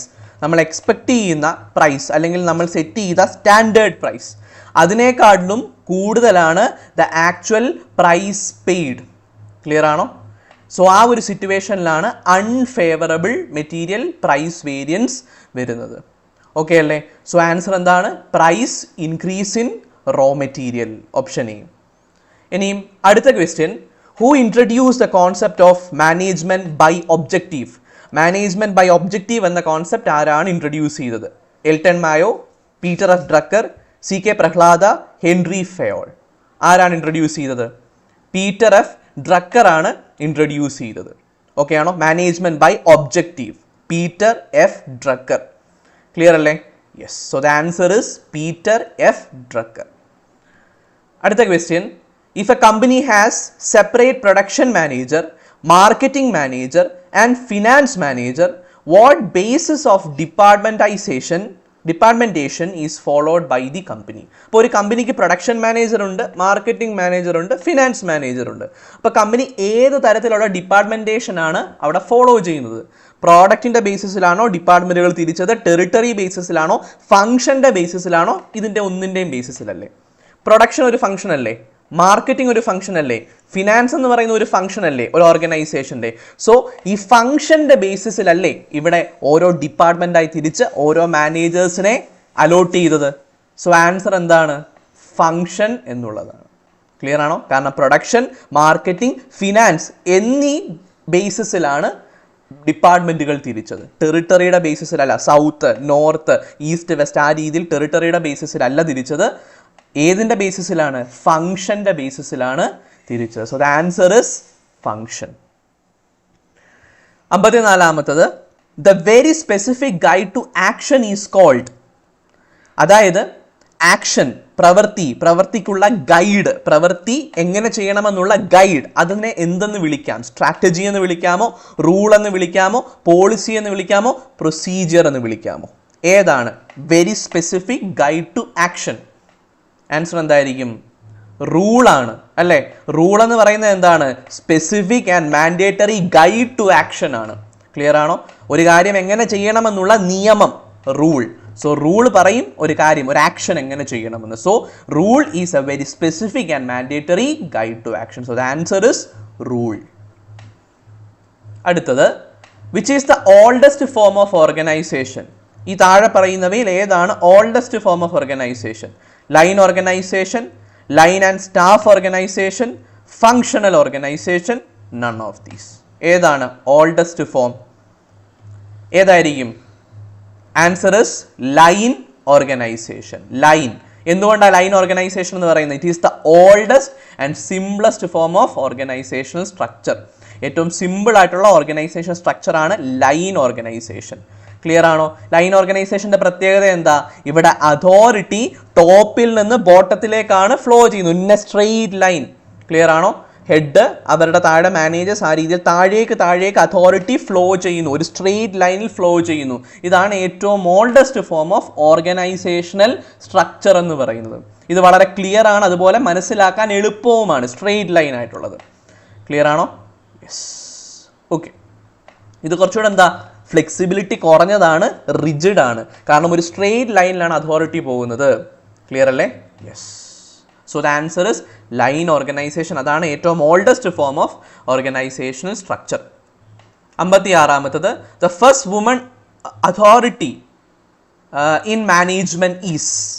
അതായത് management രംഗത്തെ ആദ്യത്തെ ഒരു woman contribution ആരുടെ ഭാഗത്തു നിന്നാണ് ഉണ്ടായത്? ഒരു വുമൺ എന്ന രീതിയിൽ മാനേജ്മെന്റിന് കോൺട്രിബ്യൂട്ട് ചെയ്ത ഒരു വ്യക്തി, അല്ലെങ്കിൽ മാനേജ്മെന്റ് ഒരു അതോറിറ്റിയായി കണക്കാക്കപ്പെടുന്ന ആദ്യത്തെ വനിത ആരാണ്? Mary Parker Follett, Lillian Gilbert, T N. Whitehead, Mary Curie. ആരായിരിക്കും ആൻസർ? മേരി പാർക്കർ ഫോലറ്റ് എന്നുള്ളതാണ് ആൻസറായി വരുന്നത്. Is recognised as one of the first woman authorities in management. Clear ആണോ? ഇവര് മാനേജ്മെന്റ് രംഗത്ത് വളരെ നല്ല രീതിയിലുള്ള കോൺട്രിബ്യൂഷൻസ് നൽകിയിട്ടുണ്ട്. ഓക്കെ ആണോ? ഓർഗനൈസേഷണൽ തിയറി, ലീഡർഷിപ്പ്, ഈ വക കാര്യങ്ങളൊക്കെ ബിൽഡ് ചെയ്യുന്നതിനകത്ത് മേരി പാർക്കർ ഫോലറ്റിന്റെ ഒരു സംഭാവന ഉണ്ട്. So answer is Mary Parker Follett. 57ാമത്തത്, selecting one from several alternative is called. പലതരം ഓൾട്ടർനേറ്റീവുകളുണ്ട്. ഓൾട്ടർനേറ്റീവ് 1, 2, 3, 4. ഇതിനകത്തുനിന്ന് ഏതാണ് ബെസ്റ്റ് എന്ന രീതിയിൽ ഒരു ഓൾട്ടർനേറ്റീവിനെ പിക്ക് ചെയ്യുന്നു. ഈ പ്രോസസ്സിനെ എന്തെന്ന് വിളിക്കും? Selecting one from several alternatives. എന്തെന്ന് വിളിക്കാം? ഫോർകാസ്റ്റിംഗ് ആണോ, ഡിസിഷൻ മേക്കിംഗ് ആണോ, പ്ലാനിങ് ആണോ, ഡയറക്റ്റിംഗ് ആണോ? എന്തായിരിക്കും ആൻസർ? ഡിസിഷൻ മേക്കിംഗ് ആണല്ലേ. ഡിസിഷൻ മേക്കിംഗ് എന്ന് പറഞ്ഞാൽ തന്നെ selecting the best option from available alternatives ആണ്. So the answer is decision making. Okay ആണോ? യെസ്. അടുത്ത ക്വസ്റ്റ്യൻ, എസ്പെരിറ്റ് ഡി കോർപ്സ് എന്ന് പറഞ്ഞാൽ എന്താണ്? എസ്പെരിറ്റ് ഡി കോർപ്സ് എവിടെയാണ് ഈ എസ്പെരിറ്റ് ഡി കോർപ്സ് നമ്മൾ കേട്ടിട്ടുള്ളത്? ഹെൻറി ഫയോളിന്റെ 14 മാനേജ്മെന്റ് പ്രിൻസിപ്പിൾസിൽ ഏറ്റവും അവസാനമായി വരുന്നതാണ് എസ്പെരിറ്റ് ഡി കോർപ്സ്. ഇതിന്റെ അർത്ഥം എന്താണ്? ബയർ ബിവെയർ എന്നുള്ളതാണോ? Service is our motto, union is strength, post buying behaviour. What is the meaning of esprit de corps? എന്തായിരിക്കും? യൂണിയൻ ഈസ് സ്ട്രെങ്ത് എന്നുള്ളതാണ്. ഓക്കെ അല്ലേ? യെസ്. ആരുടെ മാനേജ്മെന്റ് പ്രിൻസിപ്പിൾ ആണ്? ഹെൻറി ഫയോളിൻ്റെത്. അതായത് എല്ലാവരും ഒരുമിച്ച് നിൽക്കണം, ഒരുമിച്ച് നിന്ന് ആ ഒരു ഹാർമണി ഉണ്ടെങ്കിലേ ഓർഗനൈസേഷന് ബെനിഫിറ്റ് ഉള്ളൂ എന്നാണ് ഇത് പറയുന്നത്. അടുത്തത്, responsibility is power to command, delegation of power, getting things done, obligation to do duty. എന്താണ് റെസ്പോൺസിബിലിറ്റി എന്ന് പറഞ്ഞാൽ? കമാൻഡ് ചെയ്യാനുള്ള പവർ,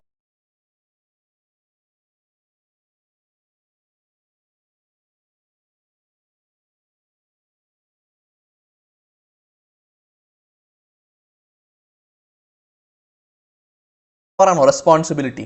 അല്ലെങ്കിൽ ഡെലിഗേഷൻ ഓഫ് പവർ, നമ്മളുടെ കയ്യിലിരിക്കുന്ന പവർ മറ്റൊരു വ്യക്തിക്ക് കൊടുക്കുന്നതാണോ? അല്ലെങ്കിൽ ഗെറ്റിംഗ് തിങ്സ് ഡൺ ആണോ?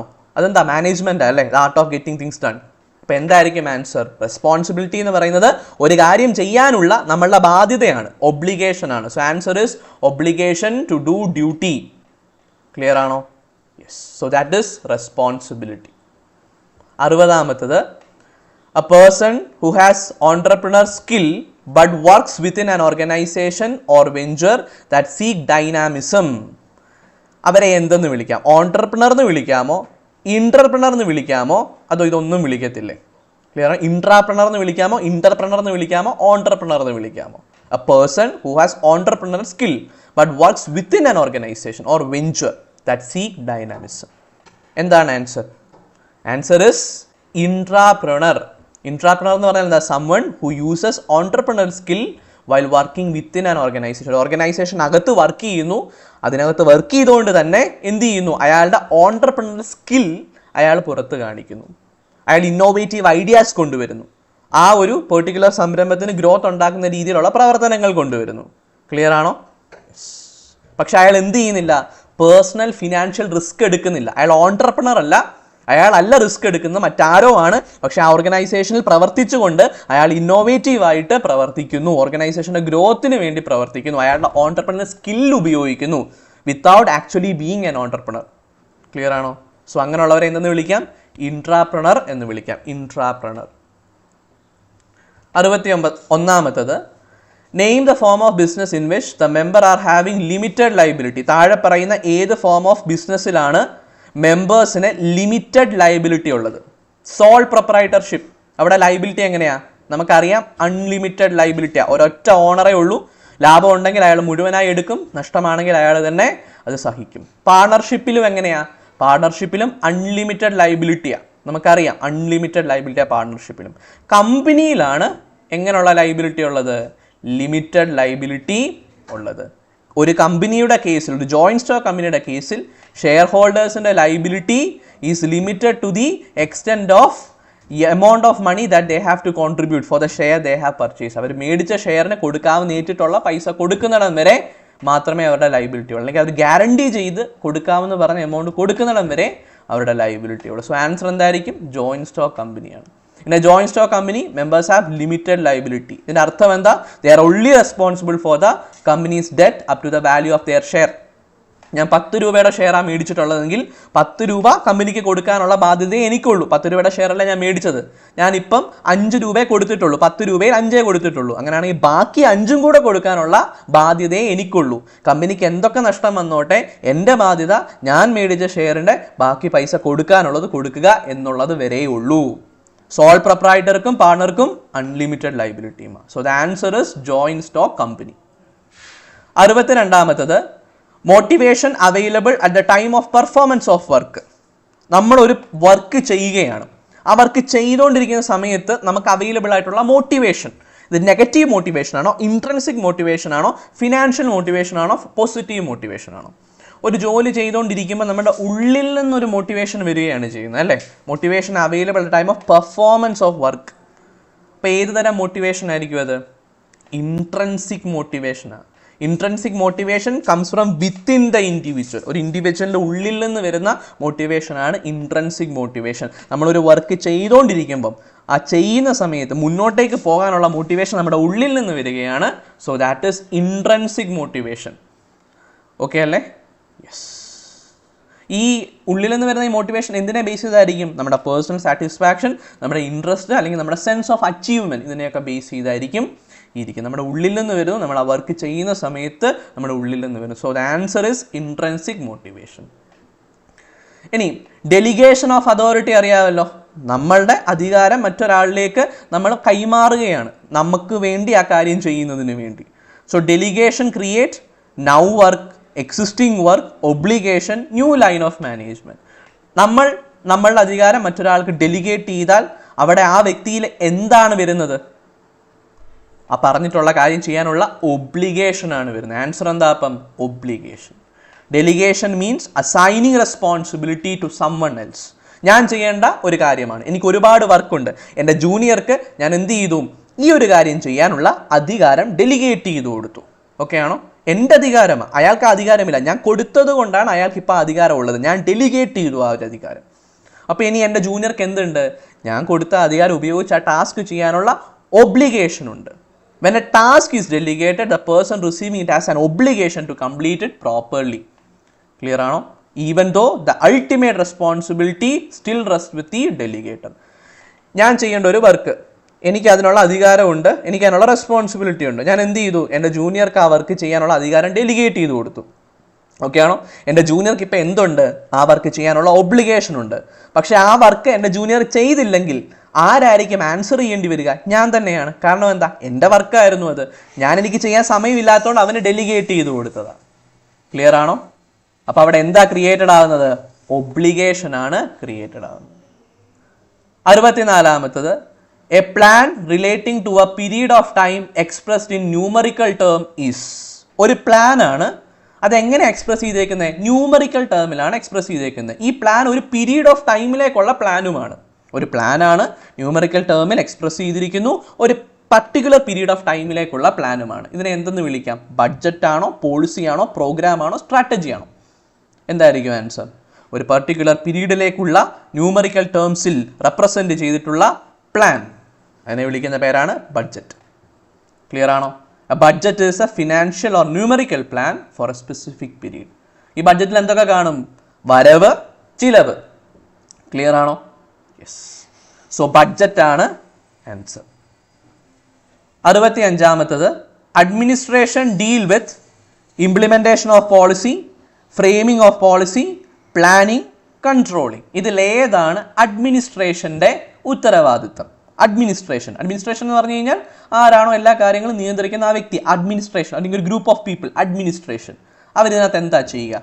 പോളിസി ഇംപ്ലിമെൻറ്റ് ചെയ്യുകയാണോ, ഫ്രെയിമിംഗ് ഓഫ് പോളിസി ആണോ, പ്ലാനിങ് ആണോ, കൺട്രോളിംഗ് ആണോ? അഡ്മിനിസ്ട്രേഷൻ എന്ന് പറയുന്ന പ്രോസസ്സ്. എന്തായിരിക്കും ആൻസർ? ഇംപ്ലിമെൻറ്റേഷൻ ഓഫ് പോളിസിയാണ്. അഡ്മിനിസ്റ്റർ ചെയ്യുക എന്ന് പറഞ്ഞു കഴിഞ്ഞാൽ ടു ഡു. ക്ലിയർ ആണോ? ഓക്കെ അല്ലേ? പ്ലാനിങ് ചെയ്തു, ആ കാര്യം പ്രോപ്പറായി നടപ്പാക്കുന്ന പ്രോസസ്സിനെ അഡ്മിനിസ്ട്രേഷൻ എന്ന് വിളിക്കുന്നത്. പ്ലാൻ ചെയ്ത് അവിടെ വെച്ചിട്ട് കാര്യമില്ല, അത് പ്രോപ്പറായി നടപ്പാക്കണം, അതാണ് administration. Administration focus on putting policy into action. Clear ആണോ? നമ്മൾ ഓൾറെഡി മേക്ക് ചെയ്തിട്ടുള്ള പോളിസി അല്ലെങ്കിൽ പ്ലാനുകൾ, ഇവയെ ആക്ഷനിലേക്ക് കൊണ്ടുവരുന്നതാണ് administration and managing day to day operations. Clear ആണോ? യെസ്. സോ ആൻസർ എന്താ? ഇംപ്ലിമെൻറ്റേഷൻ ഓഫ് പോളിസി, അതാണ് അഡ്മിനിസ്ട്രേഷൻ. ടു അഡ്മിനിസ്റ്റർ എന്ന് പറഞ്ഞു കഴിഞ്ഞാൽ to put into action. Clear അല്ലേ? ഓക്കെ. 66ാമത്തത്, the number of persons reporting directly to a superior person is called.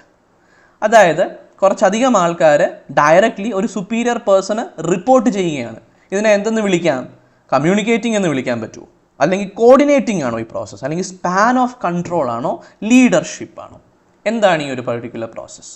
കുറച്ചധികം ആൾക്കാരുണ്ട്, അവരെല്ലാവരും ഒരു സുപ്പീരിയറിന് ഡയറക്റ്റ് ആയിട്ടാണ് അയാളെ കോൺടാക്ട് ചെയ്യുന്നത്. ക്ലിയർ ആണോ? റിപ്പോർട്ട് ചെയ്യുന്നത്. ഇതിനെ എന്തെന്ന് വിളിക്കാം? ഇതിനെ നമ്മൾ സ്പാൻ ഓഫ് കൺട്രോൾ എന്ന് വിളിക്കും. ക്ലിയർ ആണോ? സ്പാൻ ഓഫ് കൺട്രോൾ എന്ന് പറഞ്ഞാൽ ഇത്രയേ ഉള്ളൂ, ഒരു വ്യക്തിയുടെ കീഴിൽ എത്ര ആൾക്കാരുണ്ട്.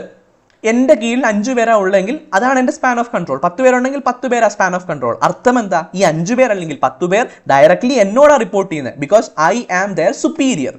So that is called span of control. നമ്മുടെ ക്വസ്റ്റ്യനും അതായിരുന്നു, കുറച്ചധികം ആൾക്കാർ ഒരു സുപ്പീരിയറിന് റിപ്പോർട്ട് ചെയ്യുകയാണ് ഡയറക്ട്ലി, അതിനെ എന്തെന്ന് വിളിക്കും? That is called span of control. So span of control എന്താ? refers to the number of subordinate who report directly to one manager or superior. എത്ര സബോർഡിനേറ്റ് ഡയറക്റ്റ് ആയിട്ട് ഒരു മാനേജർ അല്ലെങ്കിൽ സുപ്പീരിയറിന് റിപ്പോർട്ട് ചെയ്യുന്നു, അതിനെ അയാളുടെ ആ സുപ്പീരിയറുടെ സ്പാൻ ഓഫ് കൺട്രോൾ എന്ന് വിളിക്കുന്നത്. ക്ലിയർ ആണോ? യെസ്. അടുത്തത് easy question. Indian partnership act എന്നാണ് എനാക്ട് ചെയ്തത്? ഏത് വർഷമാണ്? നമുക്കറിയാം, ഇന്ത്യൻ പാർട്ണർഷിപ്പ് ആക്ട് 1932 ആണല്ലേ. സോ 1932 എന്നുള്ളതാണ് ആൻസർ. Indian partnership act 1932. 68ാമത്തത്, in order to market a product, ഒരു പ്രോഡക്റ്റ് മാർക്കറ്റ് ചെയ്യുന്നതിന് വേണ്ടി just make the product available in the market in plenty. ഒരു പെർട്ടിക്കുലർ പ്രോഡക്റ്റ് നമുക്ക് മാർക്കറ്റ് ചെയ്യണം.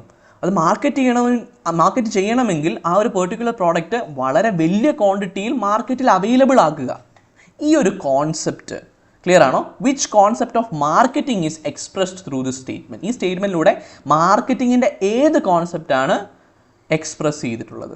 അതായത് നിങ്ങൾക്ക് ഒരു പ്രോഡക്റ്റ് മാർക്കറ്റ് ചെയ്യണമെങ്കിൽ അത് നിങ്ങൾ ആ പെർട്ടിക്കുലർ പ്രോഡക്റ്റ് വളരെ ഹ്യൂജ് നമ്പറിൽ മാർക്കറ്റിലേക്ക് ഇറക്കുക എന്ന് പറയുന്നത് ഏത് കോൺസെപ്റ്റാണ്? സെല്ലിംഗ് കോൺസെപ്റ്റ് ആണോ, പ്രോഡക്റ്റ് കോൺസെപ്റ്റ് ആണോ, പ്രൊഡക്ഷൻ കോൺസെപ്റ്റ് ആണോ, സോഷ്യേറ്റൽ കോൺസെപ്റ്റ് ആണോ? ഏതാണ് ആൻസർ? ആൻസർ പ്രൊഡക്ഷൻ കോൺസെപ്റ്റ് ആണ്. പ്രൊഡക്ഷൻ കോൺസെപ്റ്റ് പറയുന്നത് focus on high production and wide availability of product. നമുക്കൊരു പ്രോഡക്റ്റ് മാർക്കറ്റ് ചെയ്യണമെങ്കിൽ ആദ്യം നല്ലതുപോലെ അത് ഉണ്ടാക്കുക, അത് മാർക്കറ്റിൽ വൈഡായി അവൈലബിൾ ആക്കുക. Assuming consumer prefer product that are easily available and affordable. നമ്മളുടെ അസംഷൻ എന്താ?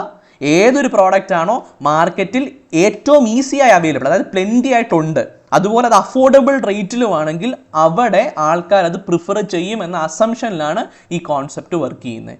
സോ ഒരു പ്രോഡക്റ്റ് മാർക്കറ്റ് ചെയ്യണമെങ്കിൽ ഹ്യൂജ് ക്വാണ്ടിറ്റിയിൽ അഫോർഡബിൾ റേറ്റിൽ മാർക്കറ്റിൽ ഇറക്കുക, പ്രൊഡക്ഷൻ കോൺസെപ്റ്റ്. അങ്ങനെ ആകുമ്പോൾ ആ പ്രോഡക്റ്റ് മാർക്കറ്റ് ചെയ്യാൻ പറ്റും എന്നാണ് ഈ കോൺസെപ്റ്റ് പറയുന്നത്. ക്ലിയർ ആണോ? Yes. It emphasises quantity over കസ്റ്റമറിന്. കസ്റ്റമറിന് ചിലപ്പോൾ 1000 പ്രൊഡക്റ്റേ ആവശ്യമുള്ളൂ, നമ്മൾ 2000 പ്രൊഡക്റ്റ് മാർക്കറ്റിൽ ഇറക്കും.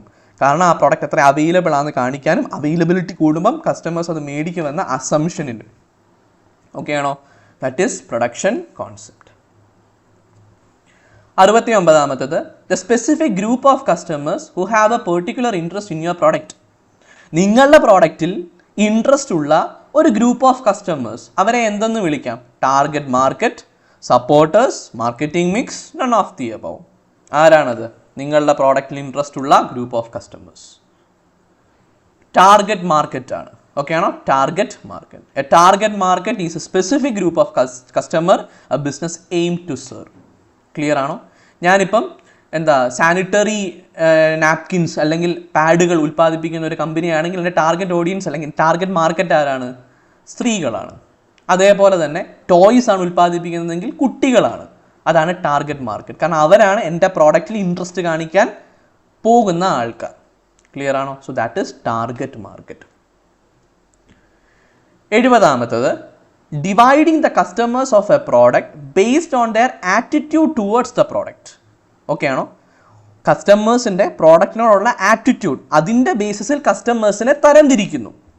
ഓക്കെ അല്ലേ? Its usage rate and status is termed as geographical segmentation, behavioral segmentation, psychographic segmentation, demographic segmentation. Okay ആണോ? ഒരു പ്രോഡക്റ്റിനോടുള്ള കസ്റ്റമേഴ്സിൻ്റെ ബിഹേവിയർ അല്ലെങ്കിൽ ആറ്റിറ്റ്യൂഡ്, അതിൻ്റെ ബേസിസിൽ അവരെ തരംതിരിക്കുന്നു. ഓക്കെ അല്ലേ? സോ അതിനെ ഏത് തരത്തിലുള്ള സെഗ്മെൻറ്റേഷൻ എന്ന് വിളിക്കാം? ജോഗ്രഫിക്കൽ സെഗ്മെൻറ്റേഷൻ, കസ്റ്റമേഴ്സ് ഏത് സ്ഥലങ്ങളിൽ നിൽക്കുന്നു ആ സ്ഥലങ്ങളിൽ നിൽക്കുന്നതിൻ്റെ ബേസിസിൽ അവരെ സെഗ്മെൻറ്റ് ചെയ്യുകയാണെങ്കിലാണ്. ക്ലിയർ ആണോ? ഡെമോഗ്രാഫിക് എന്ന് പറയുമ്പോഴത്തേക്ക് ഒരു പോപ്പുലേഷനിൽ കുട്ടികൾ,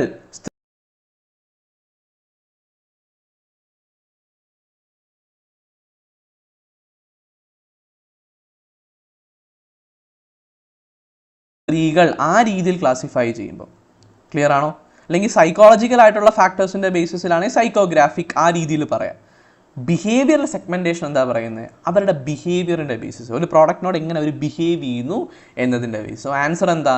behavioural സെഗ്മെൻറ്റേഷനാണ്. Behavioral segmentation divide customers based on attitude, usage rate, loyalty and status. Clear ആണോ? Behavioral segmentation. 71ാമത്തത് a paid non-personal communication designed to create an awareness of a product or company. ഒരു paid ആണ്, paid ആയിട്ടുള്ള കമ്മ്യൂണിക്കേഷനാ, non personal, അതായത് person to person അല്ല, non personal ആണ്. Clear ആണോ? ഇങ്ങനെയുള്ള ഒരു കമ്മ്യൂണിക്കേഷൻ എന്തിനു വേണ്ടിയിട്ടാണ്? ആ പ്രോഡക്റ്റിനെ പറ്റി അല്ലെങ്കിൽ കമ്പനിയെ പറ്റി അവയർനെസ് ജനങ്ങളിൽ ഉണ്ടാക്കാൻ വേണ്ടി. ഇതിനെ എന്തെന്ന് വിളിക്കാം? ബ്രാൻഡിങ് ആണോ, ലേബലിംഗ് ആണോ, അഡ്വർടൈസിംഗ് ആണോ, അല്ലെങ്കിൽ ഇതെല്ലാമാണോ?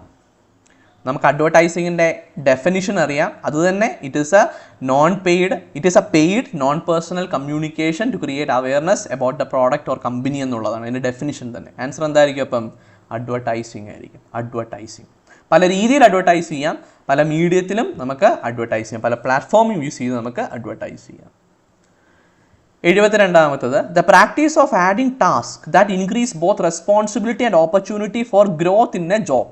അതായത് ഞാനൊരു ജോലി ചെയ്തുകൊണ്ടിരിക്കുക, ആ ജോലിക്കകത്തേക്ക് കൂടുതൽ റെസ്പോൺസിബിലിറ്റികൾ ആഡ് ചെയ്യുന്നു. ഓൾറെഡി ചെയ്യുന്ന ജോലിക്കകത്തോട്ട് കൂടുതൽ റെസ്പോൺസിബിലിറ്റി, എനിക്ക് കൂടുതൽ റെസ്പോൺസിബിലിറ്റി തരുന്നു, എനിക്ക് കൂടുതൽ ഓപ്പർച്യൂണിറ്റി തരുന്നു, ഞാൻ ആ ജോബിൽ ഗ്രോ ചെയ്യുന്നതിന് വേണ്ടി. ഈ പ്രോസസ്സിനെ എന്തെന്ന് വിളിക്കും? ജോബ് എൻറിച്ച്മെൻ്റ് ആണോ, ജോബ് എൻലാർജ്മെൻ്റ് ആണോ, ജോബ് റൊട്ടേഷൻ ആണോ, നൺ ഓഫ് ദീസ് ആണോ? ഏതായിരിക്കും അത്? ജോബ് റൊട്ടേഷൻ എന്ന് പറഞ്ഞു കഴിഞ്ഞാൽ ഈ പ്രാവശ്യം മാർക്കറ്റിംഗ് ഇരിക്കുന്നവനെ അടുത്ത പ്രാവശ്യം സെയിൽസിൽ കൊണ്ടിരുത്തുന്നു. ക്ലിയർ ആണ്? പോട്ടെ, മാർക്കറ്റിംഗ് ഇരിക്കുന്നവനെ അടുത്ത പ്രാവശ്യം പർച്ചേസിൽ കൊണ്ടിരുത്തുന്നു. അങ്ങനെ ഓരോ ഫീൽഡിലും അവനെ റൊട്ടേറ്റ് ചെയ്ത് എക്സ്പീരിയൻസ് നൽകുന്നു. അതാണ് ജോബ് റൊട്ടേഷൻ. ജോബ് എൻറിച്ച്മെൻ്റ് ആണ് ഈ പറഞ്ഞ പ്രോസസ്സ്. ജോബ് എൻറിച്ച്മെൻ്റ് എന്ന് പറഞ്ഞു കഴിഞ്ഞാൽ ഓൾറെഡി ചെയ്യുന്ന ജോലിയിലെ ഡിഫിക്കൽട്ടി ലെവൽ കൂട്ടി കൊടുക്കുന്നു, ചലഞ്ചസ് കൊടുക്കുന്നു, കൂടുതൽ റെസ്പോൺസിബിലിറ്റി കൊടുക്കുന്നു, അങ്ങനെ അവൻ്റെ ഗ്രോത്ത് ഉറപ്പ് വരുത്തുന്നു. ക്ലിയർ ആണോ? സോ ജോബ് എൻറിച്ച്മെൻ്റ് ആണ് ആൻസർ. 73ാമത്തത് collecting feedback from all directions. എല്ലാ ഡയറക്ഷനിൽ നിന്നും ഫീഡ്ബാക്ക് കളക്ട് ചെയ്യുന്നു. ക്ലിയർ ആണോ? Coworkers and even customers is termed as from supervisors, reporting, subordinates etcetera. Okay, അതിനകത്ത് ആ ക്വസ്റ്റ്യനകത്ത് ചെറിയൊരു ഇത് വന്നിട്ടുണ്ട്. സംഭവം ഇത്രയേ ഉള്ളൂ. എല്ലാ ഡയറക്ഷനിൽ നിന്നും ഫീഡ്ബാക്ക് കളക്ട് ചെയ്യുന്നു. കോവർക്കറിൽ നിന്ന്, കസ്റ്റമേഴ്സിൽ നിന്ന്, സുപ്പീരിയേഴ്സിൽ നിന്ന്, സബോർഡിനേറ്റ്സിൽ നിന്ന്, എല്ലാവരിൽ നിന്നും ഫീഡ്ബാക്ക് കളക്ട് ചെയ്യുന്നു. എല്ലാ ഡയറക്ഷനിൽ നിന്നും ഫീഡ്ബാക്ക് കളക്ട് ചെയ്യുന്നു. ഇതിനെ ഏത് തരം ഫീഡ്ബാക്ക് എന്ന് പറയാം? അപ്വേർഡ് ഫീഡ്ബാക്ക് ആണോ, 360 ഡിഗ്രി ഫീഡ്ബാക്ക് ആണോ, ഓൺ ദ ജോബ് ഫീഡ്ബാക്ക് ആണോ? ഏതാണിത്? എല്ലാ ഡയറക്ഷനിൽ നിന്ന് ഫീഡ്ബാക്ക് കളക്ട് ചെയ്യുകയാണ്, 360 ഡിഗ്രി ഫീഡ്ബാക്ക് ആണ്. ക്ലിയർ ആണോ? Feedback from all around including supervisor, peer, subordinates, even customers. Okay അല്ലേ? ഒരു കംപ്ലീറ്റ് ഇവാലുവേഷന് വേണ്ടി 360 ഡിഗ്രി ഫീഡ്ബാക്ക്. 74ാമത്തത് easy question. The return received on investing in the share of a company. നിങ്ങളൊരു കമ്പനിയുടെ ഷെയർ മേടിച്ചു, so you are investing in the share of a company. അപ്പം നിങ്ങൾക്ക് കിട്ടുന്ന റിട്ടേൺ എന്താ? ഇൻട്രസ്റ്റ് ആണോ കിട്ടുന്നത്, ഡിവിഡൻഡ് ആണോ, റെന്റ് ആണോ, അതോ ഇതൊന്നും അല്ലേ? എന്തായിരിക്കും ആൻസർ? നിങ്ങളൊരു കമ്പനിയുടെ ഷെയർ മേടിച്ചാൽ നിങ്ങൾ ഷെയർ ഹോൾഡർ ആകും. ഷെയർ ഹോൾഡറിൽ നിന്ന് കിട്ടുന്ന റിട്ടേൺ ഡിവിഡൻഡ് ആണ്. So a dividend is a return paid to share holder from a company's profit for their investment in share. Clear അല്ലേ? യെസ്. ഓക്കെ. 75ാമത്തത് the set of exclusive right granted by a government to an investor or his assignee for a limited period of time in exchange for a public disclosure of innovation. ഞാനൊരു സാധനം കണ്ടുപിടിച്ചു, okay ആണോ? ആ സാധനം ഞാൻ പബ്ലിക്കിന് മുന്നിൽ ഡിസ്ക്ലോസ് ചെയ്യുകയാണ്. അപ്പോൾ എനിക്ക് മാത്രം ആ സാധനം ഉപയോഗിക്കുന്നതിന് വേണ്ടി government as an investor, clear ആണോ, എനിക്ക് എന്ത് ചെയ്യുകയാണ്? ഒരു റൈറ്റ് നൽകുകയാണ്, എക്സ്ക്ലൂസീവ് റൈറ്റ് നൽകുകയാണ്, ഒരു ലിമിറ്റഡ് പീരീഡിലേക്ക് റൈറ്റ് നൽകുകയാണ്. ഇതിനെ എന്തെന്ന് വിളിക്കാം? ഞാനൊരു ഇന്നോവേഷൻ നടത്തി, ആ സാധനം ഒരു ലിമിറ്റഡ് പീരീഡിലേക്ക് പബ്ലിക്കിൻ്റെ മുന്നിൽ യൂസ് ചെയ്യുന്നതിന് വേണ്ടി ഗവൺമെൻറ് എനിക്കൊരു റൈറ്റ് നൽകുകയാണ്. അത് ഞാൻ മാത്രം ഉപയോഗിച്ചാൽ മതി എന്നും പറഞ്ഞ് എനിക്കൊരു റൈറ്റ് നൽകും. ബിക്കോസ് ഞാനായിരുന്നു ഇൻവെസ്റ്റർ. ഒരു ലിമിറ്റഡ് പീരീഡിലേക്ക് റൈറ്റ് എനിക്ക് നൽകുക. ഇതിനെ എന്തെന്ന് വിളിക്കാം? ട്രേഡ് മാർക്കാണോ, കോപ്പി റൈറ്റ് ആണോ, പേറ്റൻ്റ് ആണോ, പബ്ലിക് റൈറ്റ് ആണോ? ഇന്നോവേഷൻ വരുമ്പോൾ നമുക്കറിയാം പേറ്റൻ്റ് ആണ്. കലാപരമായിട്ടുള്ള കാര്യങ്ങളൊക്കെ ആണെങ്കിൽ നമുക്കവിടെ കോപ്പി റൈറ്റ് എന്ന് വിളിക്കാം. ക്ലിയർ ആണോ? ഇനി ലോഗോ അതുപോലത്തെ സംഭവങ്ങളൊക്കെ ആണെങ്കിൽ ട്രേഡ് മാർക്ക് ആണെന്ന് പറയാം. ഓക്കെ അല്ലേ? അപ്പം എന്താ ആൻസർ? പേറ്റൻ്റ് ആണ്. പേറ്റന്റ് എന്ന് പറഞ്ഞാൽ എന്താ, ഒരു ഇൻവെന്റർക്ക് കൊടുക്കുന്ന കേട്ടോ. ഇൻവെന്റർ ഇവിടെ പറഞ്ഞതിനകത്തൊരു തെറ്റുണ്ട്, ഇൻവെസ്റ്റർ അല്ല, ഇൻവെന്റർ ആണ്. ക്ലിയർ? ഇൻവെന്റർക്ക് കൊടുക്കുന്ന ഒരു റൈറ്റ് ആണ്, എക്സ്ക്ലൂസീവ് റൈറ്റ് ആണ്, ഗവൺമെന്റ് ആണ് കൊടുക്കുന്നത്. എന്തിനൊക്കെയുള്ള റൈറ്റാ? To make, use and sell an invention. അയാളുടെ ഇൻവെൻഷൻ വീണ്ടും ഉണ്ടാക്കാനും അത് ഉപയോഗിക്കാനും വിൽക്കാനുമുള്ള എക്സ്ക്ലൂസീവ് റൈറ്റ്. വേറെ ആർക്കും ഇത് ചെയ്യാൻ പറ്റത്തില്ല. ഇത് ആജീവനാന്തമാണോ? അല്ല, for a limited time. Clear ആണോ? Yes. In return for publicly disclosing the detail of invention. ഇതിൻ്റെ റിട്ടേൺ ആയിട്ട് അയാൾ എന്ത് ചെയ്യണം? ആ ഒരു ഇന്നോവേഷൻ്റെ കാര്യം പബ്ലിക്ലി ഡിസ്ക്ലോസ് ചെയ്യുകയും വേണം. പക്ഷേ for a particular time period അയാൾ മാത്രമേ അത് ഉപയോഗിക്കത്തുള്ളൂ. കാരണം അയാളല്ലേ ഇൻവെൻറ്റ് ചെയ്ത്, അയാൾക്ക് എന്തെങ്കിലും ഗുണം വേണ്ടേ. അങ്ങനെ കൊടുക്കുന്ന ഒരു പെർട്ടിക്കുലർ ഇൻ്റലക്ച്വൽ പ്രോപ്പർട്ടി റൈറ്റ് ആണ് പേറ്റന്റ് എന്ന് പറയുന്നത്. So answer is patent. When was the consumer protection act enacted? Consumer protection act എന്നാണ് വന്നത്? എന്നാ? 68 ആണോ, 86 ആണോ, 78 ആണോ, 87 ആണോ? ആൻസർ സിമ്പിൾ ആണ്, 1986 ആണ്. Consumer protection act was enacted in 1986. എന്തിനു വേണ്ടിയിട്ടാണ്? കൺസ്യൂമറുടെ റൈറ്റ്സ് പ്രൊട്ടക്ട് ചെയ്യാനും കൺസ്യൂമറുടെ പരാതികൾ എളുപ്പത്തിൽ റിഡ്രസൽ നടത്തുന്നതിന് വേണ്ടി. Speedy redressal of their grievances. What is the full form of BPO? BPOയുടെ ഫുൾ ഫോം എന്താ? കണ്ണും പൂട്ടി പറയാം. BPO means business process outsourcing അല്ലേ? ബിസിനസ് പ്രോസസ് ഔട്ട്സോഴ്സ് ചെയ്യുന്നു. ഇങ്ങനെ ഔട്ട്സോഴ്സ് ചെയ്താലുള്ള ഗുണം എന്താ? നമുക്ക് കുറച്ചുകൂടെ ഇമ്പോർട്ടൻ്റ് ആയിട്ടുള്ള കാര്യത്തിൽ ഫോക്കസ് ചെയ്യാം. ലെസ് ഇമ്പോർട്ടൻ്റ് കാര്യം മറ്റാരെങ്കിലും ചെയ്തോളും. അതാണ് നമുക്ക് കോസ്റ്റ് എഫക്റ്റീവും. അതിൻ്റെ മേൽ നമ്മൾ കൂടുതൽ ശ്രദ്ധ ചെലുത്തേണ്ട, കൂടുതൽ പൈസ പ്രൊവൈഡ് ചെയ്യേണ്ട. BPO സർവീസ് എന്ന രീതിയിൽ അവർ ചെയ്തോളും, അവർക്ക് അതിനൊരു കമ്മീഷൻ കൊടുത്താൽ മതി. സോ BPO ഓക്കെ ആണോ? Business process outsourcing. For what does TOM stands for? TOM എന്ന് പറഞ്ഞാൽ എന്താണ് ഉദ്ദേശിക്കുന്നത്? TQM ആണ്. TQM സോറി, ഒരു മിസ്റ്റേക്ക് വരും. TQM എന്ന് പറഞ്ഞാൽ എന്താണ്? TQM എന്ന് പറഞ്ഞാൽ ടോട്ടൽ ക്വാളിറ്റി മാനേജ്മെന്റ് ആണ്. ടോട്ടൽ ക്വാളിറ്റി മാനേജ്മെന്റ്, അതാണ് TQM എന്ന് പറയുന്നത്. Total quality management, TQM. Okay ആണോ? A management approach focused on continuous improvement of product, service and process. Okay അല്ലേ? കണ്ടിന്യൂസ് ആയി മാനേജ്മെന്റ് ആ ഒരു പ്രോഡക്റ്റിനെ വിലയിരുത്തുന്നു, ആ സർവീസ് അല്ലെങ്കിൽ സർവീസ് ആണെങ്കിൽ സർവീസിനെ വിലയിരുത്തുന്നു, ആ പ്രൊഡക്ഷൻ പ്രോസസ്സിനെ വിലയിരുത്തുന്നു. എന്തിനു വേണ്ടി? ക്വാളിറ്റി എൻഷുർ ചെയ്യാൻ വേണ്ടി, അല്ലെങ്കിൽ ക്വാളിറ്റി കുറയുന്നില്ല എന്ന് ഉറപ്പ് വരുത്താൻ വേണ്ടി. ക്ലിയർ ആണോ? ഇങ്ങനെ ചെയ്തു കഴിഞ്ഞാൽ ലോങ് ടേമിൽ കസ്റ്റമർ സാറ്റിസ്ഫാക്ഷൻ ഉറപ്പുവരുത്താൻ സാധിക്കും. സോ ഇതിനെയാണ് ടോട്ടൽ ക്വാളിറ്റി മാനേജ്മെന്റ് എന്ന് വിളിക്കുന്നത്. അടുത്തത്, the buying and selling of product and service over electronic system. ഒരു ഇലക്ട്രോണിക് മീഡിയ ഉപയോഗിച്ചുകൊണ്ട്, ഇന്റർനെറ്റ് ഉപയോഗിച്ചുകൊണ്ട് പ്രോഡക്റ്റും സർവീസും വാങ്ങുകയും വിൽക്കുകയും ചെയ്യുന്നു. ഇതിനെ എന്തെന്ന് വിളിക്കാം? ഈ പർച്ചേസ് ആണോ, ഈ അഡ്വർടൈസിംഗ് ആണോ, ഈ കൊമേഴ്സ് ആണോ, ഈ ചാറ്റിംഗ് ആണോ? ഈ കൊമേഴ്സ് ആണല്ലേ. Buying and selling of goods and service online, അതിനെയാണ് ഈ കൊമേഴ്സ് എന്ന് വിളിക്കുന്നത്.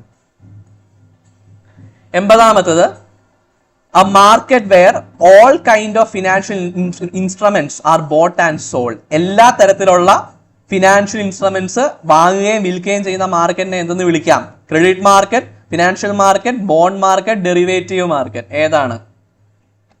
ഫിനാൻഷ്യൽ മാർക്കറ്റ് ആണ്. ഫിനാൻഷ്യൽ മാർക്കറ്റിനകത്ത് വരുന്നതാണ് ബാക്കിയുള്ള സംഭവങ്ങൾ. മണി മാർക്കറ്റ് ആയിക്കോട്ടെ, ക്യാപിറ്റൽ മാർക്കറ്റ് ആയിക്കോട്ടെ, ഡെറിവേറ്റീവ് മാർക്കറ്റ് ആയിക്കോട്ടെ, ക്രെഡിറ്റ് മാർക്കറ്റ് ആയിക്കോട്ടെ, ബോണ്ട് മാർക്കറ്റ് ആയിക്കോട്ടെ, ഇതെല്ലാം ഫിനാൻഷ്യൽ മാർക്കറ്റ് എന്ന മെയിൻ കോമൺ ഹെഡിനകത്ത് വരുന്നതാണ്. സോ ഏത് തരത്തിലുള്ള ഫിനാൻഷ്യൽ ഇൻസ്ട്രുമെന്റ്സും വാങ്ങാനും വിൽക്കാനും പറ്റുന്ന മാർക്കറ്റ് ഫിനാൻഷ്യൽ മാർക്കറ്റാണ്. അതിൻ്റെ വകഭേദങ്ങളാണ്, അതിൻ്റെ സബ് ഡിവിഷൻസ് ആണ് ഈ പറയുന്ന bond market, derivative market, credit market എന്നൊക്കെ പറയുന്നത്. സോ ഫിനാൻഷ്യൽ മാർക്കറ്റ് ആണ് answer. A financial market is a broad market where various financial instruments like stock, bonds, derivative and currencies are bought and sold. Clear ആണോ? So നമ്മൾ ഏകദേശം 80 questions discuss ചെയ്തു, അതിൻ്റെ ആൻസേഴ്സും നമ്മൾ discuss ചെയ്തു. എല്ലാവരും ഈ ഒരു കാര്യങ്ങൾ, ഈ ഒരു ക്വസ്റ്റ്യൻസ് നല്ലതുപോലെ നോക്കുക. സോ നമ്മൾ ഏകദേശം ആ ഒരു Q&A സെഷൻ കംപ്ലീറ്റ് ചെയ്തിട്ടുണ്ട്. നമുക്കപ്പോൾ വൈൻഡപ്പ് ചെയ്യാം. Thank you so much.